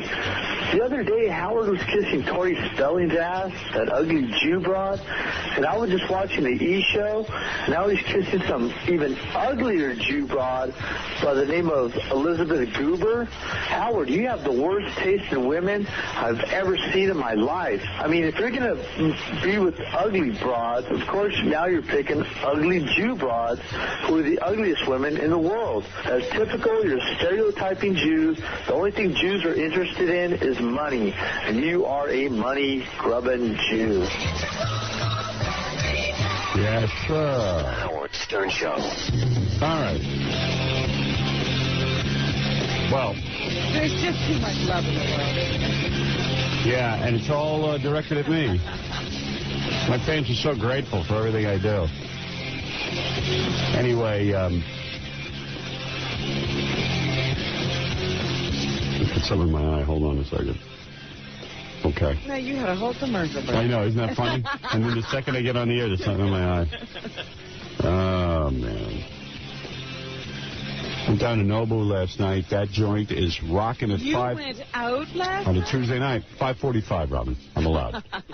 Went down to Nobu 5:45 at night. The Nobu is packed. At 5:45? 5:45. That restaurant's a gold mine. Yeah, oh yeah. Bobby D. Does Richie get any of that money? No. Okay. I don't think. I think my friend Richie was the manager of Nobu. Now I think he's like a part owner in all the other Nobus around the country. But, but not that one. yeah, I think that's his deal. Because he wasn't the original. I think they gave him. I think he now gets a piece of ownership, but the ownership in a restaurant, I was trying to explain to Richie, is worthless. I mean, I didn't mean to burst his bubble, but unless you got Nobu involved, and in other words, you can't sell that to someone unless that person's involved. Do you understand what I'm saying? The restaurant, chef or whoever created that concept. Yeah, the restaurant's value is in the chef. He opened other restaurants. Yes. Yeah. Exactly. You don't even know when he's around. Managuti. Managuti, you? Manasushi. Managabagushi. I don't know what it is, but it's good stuff. De Niro, I was at Disney, the one in California, with my nephews last week, and I saw De Niro with like 8 black kids walking through the... Those are his kids. What are you talking about? It was Easter Sunday. It was 90 degrees in Southern California. There's Bobby D. Black leather jacket. Yeah, right. Boots. Can't leave the leather in the boot. And a Gilligan hat. Oh, my. Yeah, because that's his look. And the Gilligan hat, I think, is supposed to disguise him. I gave up on that whole disguise thing because, like, I walk around Manhattan all the time. And what I used to do is put my hair in a ponytail and put a cap on. Or I'd put my hair in a ponytail and wear it like a babushka, like a white cloth, you know? Right, like that kerchief thing. Yeah, like gang members. Yeah. You need to walk on your knees, Howard. Like I know. You really look like a Blood or a Crip when you did that. Yeah, well, I would do that to try to disguise myself and then put on regular glasses. And I mean, there was no way I looked normal. Well, there was a picture they snapped of you, and I guess you were supposed to be disguised. Yeah, I know. And I said, you talking about it a couple of weeks ago? Yeah. If you're gonna do that and be recognized, you might as well dress yourself up and look good for these pictures. I didn't know what to do. You can't disguise yourself. Well, I used to go to Ruby Foo's restaurant, but I'm not going anymore. I decided. Told them no. Well, no, I haven't told them anything, but I'm telling you, and I'm saying it on the radio, so they're going to hear about it. Every time I go to Ruby Foo's, there's somebody there who calls the press and has this one fat little man come down and start just snapping away. I mean, it's just really retarded. And the guy, you know what? I don't even care. He takes my picture. He's just an angry little prick who wants to start a fight with me because he starts in, "Hey man, what's the matter, man?" You know, he's got all those pictures, and then he starts in. Now you know who he is. Yeah, right. He's really coming to your consciousness. Yeah, he's happiness. He goes, "What's the matter, man? What's the big deal, man?" I'm like, dude, you got your pictures. Leave. He's the guy who chased Paul McCartney out of the water. Yeah. Same guy. Yeah, so he's happening in everybody's life. So I just said, you know what, man, I'm not going to Ruby Foo's anymore. It ruined it for me. Because every time I go, because you know what, Ruby Foo's got their name in the newspaper from it. And then I guess that helps them. Yeah, every time they call. You really sound like a whiner right now. Yeah, I do. I wish I had your problems. Yeah, I know what it sounds like, but you want to know something? Sometimes you just want to walk down the street and fit in with your neighborhood. And this guy, what he does is, he starts, like, yelling your name out, and like he baits you, and, like, you know what, you look like a douchebag. You don't even know, I swear to you. You can't walk. You don't even know what to do. Like, what do you do? Like, okay, you got the picture, why don't you leave? So what he does is he stands there and he just starts yelling my name. He wants you to pose like a schmuck or something. Yeah, right, I'm on the street, I'm walking. And it's like, not clear exactly what he wants. And I just said to the guy, look, man, I don't know what to do when you're doing this. You want to set up a photo session or something, fine. I mean, I don't care if people take my picture. I go to all these events. Remember the day you were walking and then you became aware of him and you tried to cover up or something and he said, hey, I already got your pic. You should have done that 2 blocks ago. Yeah, well, that was the guy. Yeah. And he starts going, hey, man, you should have thought of that 10 blocks ago, man. And it's just like, you know what? I know what they're trying to do. They try to bait you so you'll pop them in the head, and then they can sue you. Yeah, it's not just the guy taking pictures. Yeah. This guy actually almost got you killed once, didn't he? Yeah, well, that was a different guy. Traffic or something? One guy comes by, he hired a cab so he could drive by and snap photos of me, and the cab runs over my foot. You know, I think they want to learn when Fergie died. Lady died. I get them all mixed up. No, I know it sounds like whining and complaining because you sound like, Alec Baldwin or something. Yeah. But I don't even mind if somebody takes my picture. Just take it and leave. Don't take it and then just start in with me and embarrass me on my block. And, it's like, at what point can I walk down the street without... I just want to relax. That's all. Just want to mellow out. Just want to be part of the neighborhood. Yeah. That's it. So I gave up on Ruby Foos, man. Every single friggin' time I go in there, one of their employees or somebody calls them. Every single time. So screw it. I ain't going there no more. It's like in Beverly Hills, my apartment's in California. There's always the paparazzi guys hanging out at certain restaurants in cars waiting for somebody to pull up. Yeah. Like they're stalking. And they don't even care who sometimes. Right. Yeah, I had a weird incident. Where I went to Mr. Chow's, I guess. But, it's like, I don't even mind that. Like, you walk out of a restaurant, a guy wants to take a picture. Who cares? It's a restaurant, it's a public. Just take it and leave. Don't try to start a fist fight almost. You know what I mean? Or taunt somebody. Or say, hey, man, and start screaming your name so everybody now stopping in the street staring at you like you're a freak. It's just weird. Yeah. It's just, you don't know what to do. It's like, what do you want from me, sir? I mean, what am I supposed to do for you? You got your picture now. Okay. Yeah, I'm not going to do that. And then they write in the newspaper that I'm belligerent. And I said, I'm not belligerent. I said, at what point is the guy done with me? At what point is he finished? Or it comes out Howard Stern doesn't look too happy that we caught him. Happy? I didn't even know the guy was shooting my picture. I'm like, and how many times this chick I'm going out with, every time I walk down the street, I go, how many times do you want that picture? Well, how many times can you take the picture of me walking down the street? Right. Not to mention the havoc that it wreaks on my personal life because my kids hate seeing it. Oh, yeah. But, hey, that's okay. I'm a public figure. I'm a fair game or whatever. But at what point does the guy say, okay, enough? Or what point does it become, hey, I'm just going to stand down the street here and just, All right, I got his picture and I'll leave him alone. Yeah, at what point are you done? I mean, when is the session over? When's the photo session over? You know what I mean? You can't be camera ready your entire life. Yeah, right. Well, what are you going to do, man? So, I know it sounds stupid, but I just ain't going to Ruby Foos anymore because every time I go to... Well, you shouldn't. Anytime somebody accidentally sets you up when you're giving them business. Yeah. And I said, well, the first and second and third time it happened, it can't be an accident. I said, finally, the third time I said, well, I'm a schmuck. Every time I walk in there, they set me up. The only time I ever saw you in public was at Ruby Foos. Right. Well, I was walking in there for some MTV party one time, and there's... Oh, that was years ago for, I remember that. That must have been years ago. Like the Tommy Mottola party at Ruby Foos. Like 2 years ago. Oh, I love the Grammy party or something? I love the place.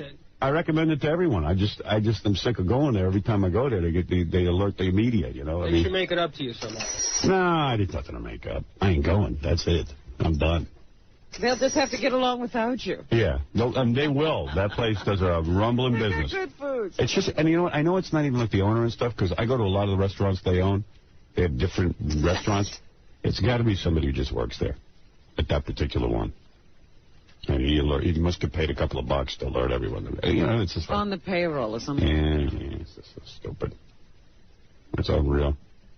And I said to the guy... But you might as well give up on that disguise. That's basically what I wanted to tell you. It's not fooling anybody. Yeah, well, actually, that day was a cold winter day, and I put my hat on.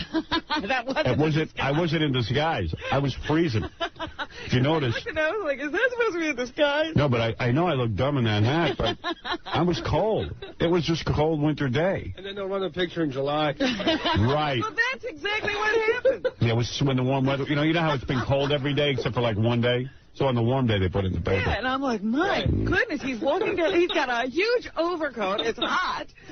No, it was freezing. In fact, I remember we were walking down the street shaking. It was so cold. Had the gloves with the fingers cut out. Yeah, which is, by the way, the perfect day for a photo shoot. When you're sitting there shivering trying to get home. And it was raining, too. I had an umbrella.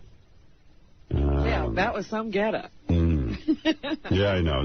I never look pretty in hats. It was weird. I'm going to start to dress like a Hasidim. But Jeffrey's right, man. I'm just so tall, I'm very noticeable, so I don't fit in with a crowd. It's like Penn.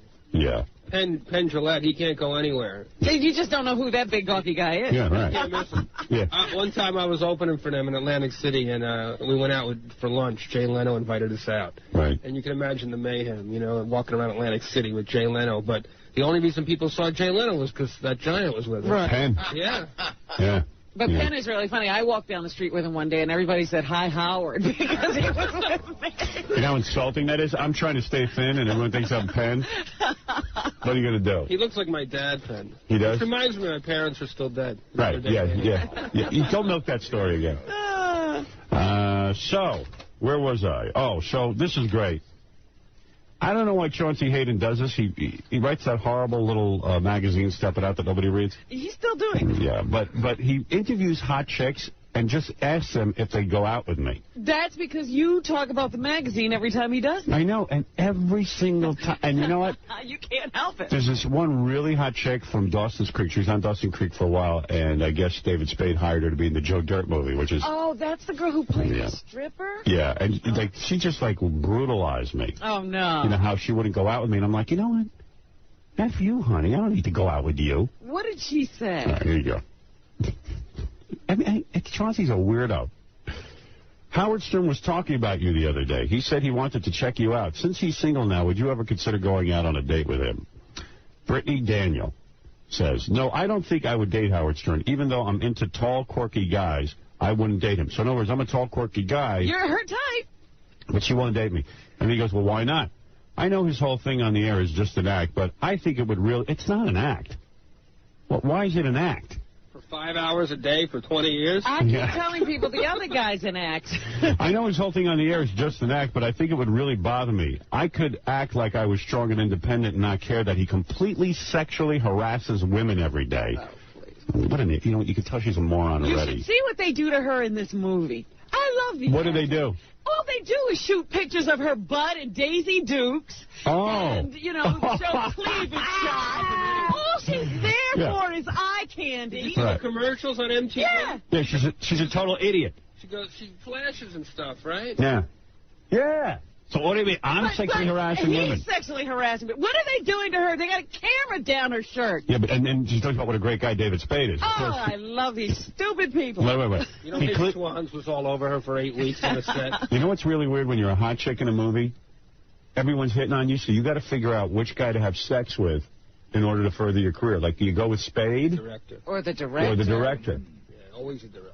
Why? Because they pull the trigger eventually. Right. And they're the ones that also can put you in other movies. Right. Spade can't keep putting the same girl in his movie. He's not at that level as a star. Well, there's a good tip for you girls in Hollywood. Like Spade did it with this girl. Rob Schneider put that Survivor chick in there, but he won't be able to use her again. Right.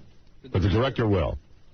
Yeah, don't you think Schneider listen, out of all the actresses in Hollywood, Schneider's putting the girl from Survivor in his movie? He girl, Schneider. He has a beautiful girlfriend. No kidding. Yeah. Schneider? Yeah, how tall is he? I don't know if he's still, it's been a couple of years. How tall is Schneider? He's a short guy. I think he's about David Spade's height. I hear he's the most miserable effing guy to work with in the planet. Really? Well, you would know, though, is he? I never worked with him, but I've met him at parties, and he couldn't have been nicer. Really good. Yeah. All right. Yeah, I did Jeopardy with him, and he was a perfectly nice Was he? Because you know what? I did, when I saw the movie Ace Bigelow, Deuce Bigelow, whatever the hell it was. Mel Gigolo. I love that movie. And when people told me he was not a cool dude, I just was like, that's too bad because I dig the movie so much. You could tell all those guys love him, Sam. Yeah. He delivers on the Conan show and stuff. Yeah. He's real funny. Oh, okay. All right, that's good to know. But do you think he's trying to shag that Colleen dude? I would imagine. I'll tell you, the weirdest thing is seeing the previews in movie theaters now, and Colleen's face pops up, and you go, that's not a movie star. That's the chick from Survivor. What's she doing? It's unbelievable. Yeah. I don't watch that stuff. If I want to see people eat rat meat, I'll go to White Castle. I love Survivor, man. It's a great show. I love Survivor. Yeah. You would love it. That's I watched great. it a couple times. Yeah, by the way, we didn't get the guy. Every Monday, we get the Survivor person who was cast off. Mm-hmm. Well, unless they don't want to come. This past Monday, we didn't because Kentucky Joe didn't want to come on our show. Kentucky Joe is evidently a Bible thumper. Right. I'm not going to the Howard Stern show. No way I'm going. But a luxury item was a Bible. Yeah, so what do you think? What in tarnation is my publicist thinking about? That man? I'm going to fire my agent. My agent? Kentucky Joe would not come on the show. So, hey, screw him. But anyway, getting back to this hot chick, Brittany Daniels. Yes. I could act like I was a strong and independent person and not care that he completely sexually harasses women every day. But eventually it would get to me. He exploits women, and that's okay because that's his funny little thing. You can tell she's a total airhead, bimbo, idiot. But personally, I wouldn't want to date him, and physically, I don't think he's my type either. Wait a minute, she just said she liked tall, quirky guys. Yeah, but evidently I'm at the bottom of that barrel, too. You're not tall enough. Yeah, I'm only 6'5". You got to be 7'2" for her. Chauncey goes, why do I get the feeling that it would be ugly in the studio if you were to do a show? Oh, I would have a blast with him. I really good sense of humor. So that's Chauncey. Yeah, I really good. Yeah, you know they proofread that magazine. I really good sense of humor, so I could laugh at everything he said. If I understood it. Yeah, but then he goes, so? And she goes, well, I know it's an act. I know that's how it is on those kind of shows. I could handle guys like him. The trick is not to argue with him because you're an idiot and you would lose every argument because you're not going to be able to get any kind of rational comment. She's already having an argument with herself and losing. Yeah. Well, anyway, so she won't go out with me, and it's always nice to hear. But, you know, I think most chicks on this planet want to go out with me, but I don't need to read about it every time Chauncey does an interview. He loves to have you know. Right. Nobody reads his articles until they're on page 6 anyway. Right. So, yeah. Except Howard when he asked the Howard Stern question. Yeah, because Chauncey sends it to me right away. People wake up in Midtown Manhattan and go, I got to get a copy of that Long Island. Yeah, how do I get 7 out? I love this girl, too, because she goes, Brittany Dan, you know, she goes, listen, I hate that, you know, Howard exploits women and all that stuff. So here's the cover of Steppin' Out magazine. She's in a thong. Yeah, this is what I'm telling you. She's an idiot. She's doing... Look at that. She's in a bathing suit for no apparent reason with high heels. Yeah. Bent over with her ass cracks. What do you think guys do with that picture? Yeah, with her ass cracks sticking out. But she goes, oh, and I won't do Playboy. Right, yeah. She's in a pose like she's going to the bathroom. Like how cave women went to the bathroom on the ground. Yeah, when you look at that picture, you go, oh, how artistic. Oh, gee. Women. She's into women's rights. How do you explain? What, do you have a net that you go out and you look at that and you go, wow, how smart and independent is she? Well, that's because women come on here and some strippers come on here, and we don't sit there and goof on them, quite frankly. We don't. You know, her real name is Brittany Lifschultz. Yeah, I know. Anyway, But that's funny. You exploit women. Speaking of chicks, that hasn't happened to her. Speaking of chicks who would go out with me. Yes. I got a picture. Look at it. I don't know if you can see this picture of this girl. Maybe the camera could help me out. Yeah, I can't see from here. Well, let's see. Can you see that? Wait, let me see. The other way. You got it the wrong this way. Oh, she's cute. She looks like a Marsha Brady type. Yeah, she's kind of cute, though, right? Yeah. Absolutely. Check this out. Dear Howard, my name is Melinda. I'm a senior in an all-girls Catholic high school in Westchester. That's wrong. Put that down. My prom is coming up May 23rd. It's going to be held at Marina Del Rey in the Bronx. Oh, there's a Marina Del Rey in the Bronx? Or this is Marina Del Rey. Oh, okay. In the Bronx. And I was a little better. I was wondering if you would be my date. I've been thinking about this for 2 years now. Oh. It's not like I'm desperate because I did have a boyfriend who was going to go with me, but he broke up with me about 2 months ago. I got to tell you, she's a hot high school chick. He was arrested. She looks older. Going out with a girl underage. I cannot think of anyone else who I would rather take than you. I think we could have so much fun. I listen to you every morning from the time I wake up, which is about 7 a.m. Hey now. To the time I arrive at school, which is about 8:15, so she gives us a good hour and 15 minutes. Hey now. I enclosed a picture of myself because I thought it might help. Please respond. Otherwise, I'd have to send a letter to The Rock from the WWF. Oh, you got to save her from that. Just kidding. There's her home phone number and her cell phone. Ooh. I'll be waiting to hear from you. The girlie has a cell phone. Oh, you know, all teenage girls have cell phones now, trust me. Oh, my God. That's how you punish them. You go, we're taking your cell phone away. Really? My dad gave me a moped. I was so excited. I could go visit now. Cell phones, it's like the new thing. Yeah. Independence. And they call whoever they want. My dad wouldn't let me call my friends who lived in the Bronx because we lived on Long Island. I'm talking about from a regular phone. That was too much. Yeah, I was allowed to call. I had a girlfriend who lived in Far Rockaway, this chick Irene, when I was 13. He told me I could call her on New Year's Eve. That was it, for 10 minutes. Let me ask you something. Now, was that a toll call? Yeah. Okay, because that's what we weren't allowed to do. Anything that cost money. Yeah, anything that costs money you weren't allowed to do. Meanwhile, my kids, they got these cell phones. They run around. They call them people in Philadelphia. They call it long distance. My nephew just turned 21. He came to visit me last week. He's got 3,000 minutes a month and says he often goes over. Really? Yeah. Does he have like a tumor on the side of his head? He has 3,000 minutes a month. And I know my kids, they're constantly on a cell phone with those radiation things going into their brains. Well, they claim it doesn't do anything. How can that be? I think it's like smoking. It's like if you do it when you're young, you won't get cancer until way later. Right. But it'll show up when you're like 50. Right. And say, oh, you know it was that cell phone you used in high school. That's a million years away. You're right. See, my kid's 50 is like ancient, so what do they care? I'm never going to see that. I wonder if I should call the show. I haven't done that in years, go to a chick's prom. But And you should really do it, not the whole media thing. Yeah, not with a camera or anything. You should really go to the prom. Just go to the prom. I mean, I'll have a camera when we go in and out, but I know the Catholic school will not allow me to go in with a camera. Well, can you imagine I show up at a Catholic school, all-girls Catholic school prom, and I'm there with my date? Well, it sounds like they're not doing it at the school. Right. I think. Yeah. Which is they're great. doing it at Marina Del Rio. Because that's how we got away with sending Houston to the prom. If you don't do it at the school, you can bring whoever you want. Yeah. Should I call her? Yeah. You do it. But here's the reality. I got to really go to her prom. Right. I know, but you got to really get into that I'm taking a girl to her prom thing. May 23rd. When is that? Is that a weeknight? Weeknight. What night is this? I mean, what day is this?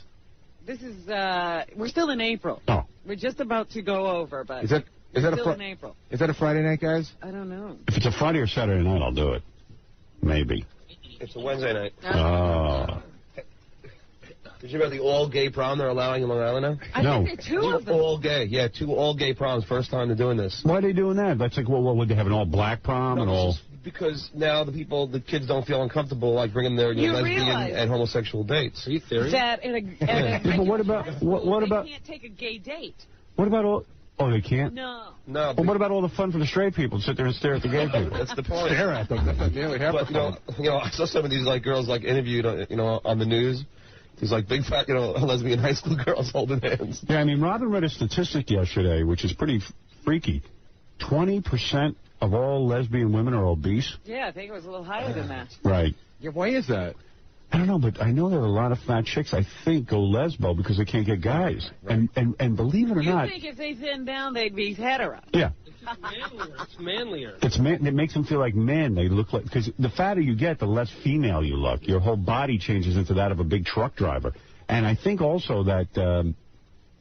the good-looking lesbians like to hook up with a chubby... fat lesbian. Did I tell you about that time I wound up at this Broadway show that was very lesbian-friendly, and there was this whole section of lesbians who looked and talked like guys and wore men's clothes, and they had beautiful bimbat girlfriends in short skirts with fur coats. Do you think I should call this broad and tell her I can't go to the prom with her? I'm sure it's May 23rd. Isn't that odd for a... Let me check the date. May 23rd. These Bronx schools have them during the week. Yeah. It's cheap, yeah. Because Marina Del Rey figures, hey, during the week, what do we care? Hey, we got, premium prices for the weekend. Yeah, Marina Del Rio. R-E-A. I'd rather call Marina Del Rio than...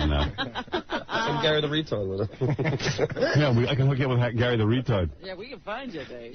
Hey, everybody. Hey, what a dance. The girl's cute, too. That's what's crazy. I mean, she don't look like no... You could have a great prom picture. I'd have to go with her. Really wild on their proms. What? Catholic girl, high school girls. Look at this chick. I would totally go to the prom with her. I'll tell you, Howard, Catholic school girls, or especially the ones in all-girls schools, they're just dying to bust out. I mean, I'd like to see her in a swimsuit, this chick. Make sure that's her. She didn't just send that picture as a gag on you. Let's call her. Here's her number. How old's that picture, too? Here. Use her home phone number. She's probably home because I know her schedule. She listens from 7 to 8:15 because she's traveling. I like the way she looks. This is no 17-year-old. I'm sorry. That girl looks a lot older. That's what I'm saying. Just go. I'm surprised she's saying at her high school prom. I think she needs a more mature man. Imagine me at the high school prom with her. She's probably the hottest chick in the whole high school. You got a great ass. Thank you. She looks like a tall chick, too. Yeah, that's what I'm saying. Your prom picture would be nice. We look good together. How old is she? Do I have to wear a tux? Yes, sure. She got to either be 17 or 18. if she's going to the prom, right? Yeah. Unless she got left back a couple of 100 times. That's legal, then. Boy, I bet you the nuns salivate over her. Oh. Good Lord. You're going to have to stay after school. You need a spanking with a ruler, honey. What's her name? Marina Del Rio. No. Melody or Melanie? Yeah, Melanie or something. Her stripper name is Marina Del Rio when I get done with her. Great name. She'll be huge. She'll be so big on the circuit. Absolutely. She's a feature dancer. Ah, so great. Where's the... Gary's dialing her Maybe up. you should go to the gay prom. Yeah, that's funny. I go to the gay prom. Maybe that'll be on a weekend. I go to the lesbo prom, sure. I'd love to see chicks dance with each other. I'll even go to a gay prom. I don't care. I'll see guys dance with each other. That doesn't bother me. Too many guys get bothered by that crap. The music will be good. Right. Yeah, and the clothes, gorgeous, and probably the food will be great. Yeah, I live in the village here, so I always buy clothes in the village because they're the coolest men's clothes. And I have to say, you are dapper. Gary, give me a heads up. What's going on?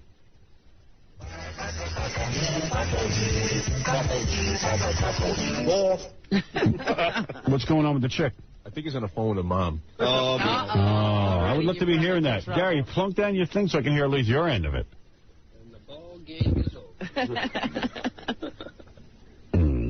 The mom. And the mom's sending her to a Catholic school.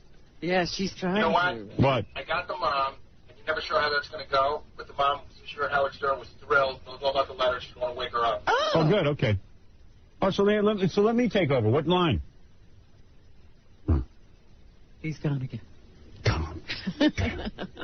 What line do I pick up? 17. Oh, thank you. Mom? Hello? Who's this?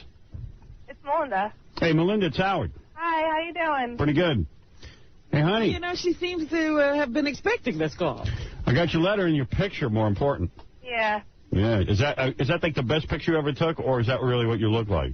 That's really what I look like. Yeah. How old are you? I'm 17. Oh, nice. Wait, I'm young. Stop it. You're 17 with a body like that? Yes. You see, she's operating equipment that she's just emotionally not ready to handle. Why will somebody give this girl a license? Do you are guys hitting on you every minute? Yeah, when I go out, yeah. Yeah. I can't, what's your lower body look? How tall are you? I'm 5'9". Oh, that's perfect height. We'd look great in prom pictures together. Hey, you should come with me. Yeah, you could get into your, turquoise tux. No, I get one of those Hugo Boss tuxes. You can wear whatever you I'm want. just thinking back to the 70s when everybody had those funny colored tuxes. Those made the greatest pictures. I'd like to look good for the prom. You know, I never got to go to my prom because... Now you're getting a designer tux. Yeah, because you know what? I never got to go to my own prom because I was such a disgusting-looking human being. And now that... are you a virgin? Yeah. Yeah, see? She had a boyfriend. Is that why you left? Yeah. They couldn't take it. She's got equipment. That was one of the reasons. She's got equipment that, let's face it, everybody would like to handle. Yeah. She knows. What? You'll feel safe, and everyone will know that you're just going for fun. Fun? Yeah, right. Are you saving yourself for prom night? No. No such luck, huh? Well, let me tell you the good news and the bad news. Okay. The good news is I'd love to be your prom date. You know. The bad news, then? The bad news is it's a Wednesday night. And it literally, I got to go to bed early because I can't function the next day on the radio. Okay. I mean, I'd love to go with you. I'd be down with that. Can't they move the prom to Friday night? Just for you? I wish they could, but... It's a Wednesday night. Why? Marina Del Rio says Wednesday nights tonight? Yeah, it's on a Wednesday. Mm. It's been booked for, I think that's how it always is. You ever wear a swimsuit? Excuse me? You ever wear a swimsuit? Yeah, I wear a swimsuit. But not to my prom. I got a really nice dress. Let's wear swimsuits to the, What kind of dress did you get? A sexy dress? Yeah. Mm. Nice. Yeah, I'll tell you, you're a hot chick. Thank you. Imagine me at the prom. May 23rd. I'd love to go. You really ought to think about it. Don't say no right away. Hey, wait, I got a guy who wants to take you. I happen to know this guy. I can vouch for him. He's a good guy. Who is this? Hey, Gary. Hey, Howard. Oh, God. Guess who I talked to this week on the computer? Who? Beetlejuice. Is that Gary? Yeah, that's Gary. Oh, my God. I'm not taking him, Howard. Hey, Gary, what are you doing May 23rd? No. Not a darn thing. Oh, my God. It's your birthday, May 23rd? No, not a darn thing. Oh, not a darn thing. Are you sure? Check your schedule before you answer that, because I don't want to disappoint this girl twice. No, because Casey already called me today. Yeah, I'm coming back to New York after I get back. What I got to do down in L.A.? My phone sounds like it's going to die. Yeah, your phone's curdling. Oh, no. You don't want to go with Gary? No. I can hook you up. You'll be totally the talk of the prom. He's a good cat. He really is. He's very romantic. I know, but... And you know what? He'll trust. He's like a guard dog. He'll stay right next to you the whole time. I probably would, too. Like a puppy, yeah. You won't be able to shake him. Would you want to go out with Beetlejuice? No. No. Hank? Only you. Hank? You want to go out with Hank? Hank the drunken dork? By the way, Hank will be in later this morning because Hank is going to play Gary, believe it or not, in a trivia contest, and Hank might win. Yeah. So, don't you think the nuns are going to make a big deal anyway if I take you? Yeah, but that's like kind of the whole point, you know? Yeah, But, you know, half the time Howard tries to do these things, they throw him out. Are you just trying to sort of rebel against the school and your parents and stuff? No. I mean, you really like me. Yeah. I mean, you have a crush on me, maybe? I said it like 2 years ago. I was like, I should take Howard Stern to my prom. I was like, that would be so funny. I think women use me to... she's just looking for a goof. Yeah, I think women... No. It would be like cool. Like, come on, who else would think of that, you know? You know, I think people use me to rebel because I'm such a maniac. That's to get back at everything. Yeah, it's just like I have such a disgusting reputation that if I show up at the prom... I'll show them. I'll show these people. Howard, what are you going to have me do when I come back there? Well, I'm going to get Gary, you got a one-track mind. Gary, you're coming in Friday for the big fight, I heard. Friday? Yeah. But, so I'm coming in Friday after I get back from down in L.A., huh? No. I thought you were coming in Friday for the... No, Howard. He can't come in. He's got to go shoot. He's got to go direct his porn movie. Yeah. We're sending Gary down to direct a porno movie. He's a director. Oh, God. So, well, we'll have to have you another time. I thought you were coming to the Rumble in the... What the hell am I going to call it? The Rumble in the Bunghole. No, because Casey told me he's going to call me after I get back. All right. So that's what Where's my girlfriend? Is she there? Honey? I don't know. She's gone. Yeah, she says she's having trouble with her phone. Her cell phone or something. Are you there? Doesn't sound like it. Oh, she hung up. Wonder why she hung up. No, I think her battery died. Yes, the battery was dead. No, I didn't call. I called her on a regular phone. Oh, really? Yeah. Oh, no. I bet you the nuns cut her phone line because... You mean they came to the house and cut the line? Yeah, the nuns freaked out. Oh, no. All right, hey, Gary, I got to go, man. Too bad you're not coming in Friday, but you're going to have a blast directing that porno movie, man. Yes, like I said, Casey said he's going to call me. He's going to call me after I get back. Okay, yeah, because we want to have you on and find out all about it. Yes. Okay, you can do that after I get back from L.A. All right, take care, bro. Okay, bye. Bye. That's Gary the retard who was trying to book his next appearance. Can you imagine the conversation between him and Beetlejuice on the computer? You know what I love? That Gary has a conflict in his schedule, and he can't come to the fight. That's your doing. I can't make it. I'm going to be lensing. That is your doing. You give lives to people who have none. Yeah. I'd love to come to the city, but I'll be in L.A. shooting my porn movie. I'm going to Marina Del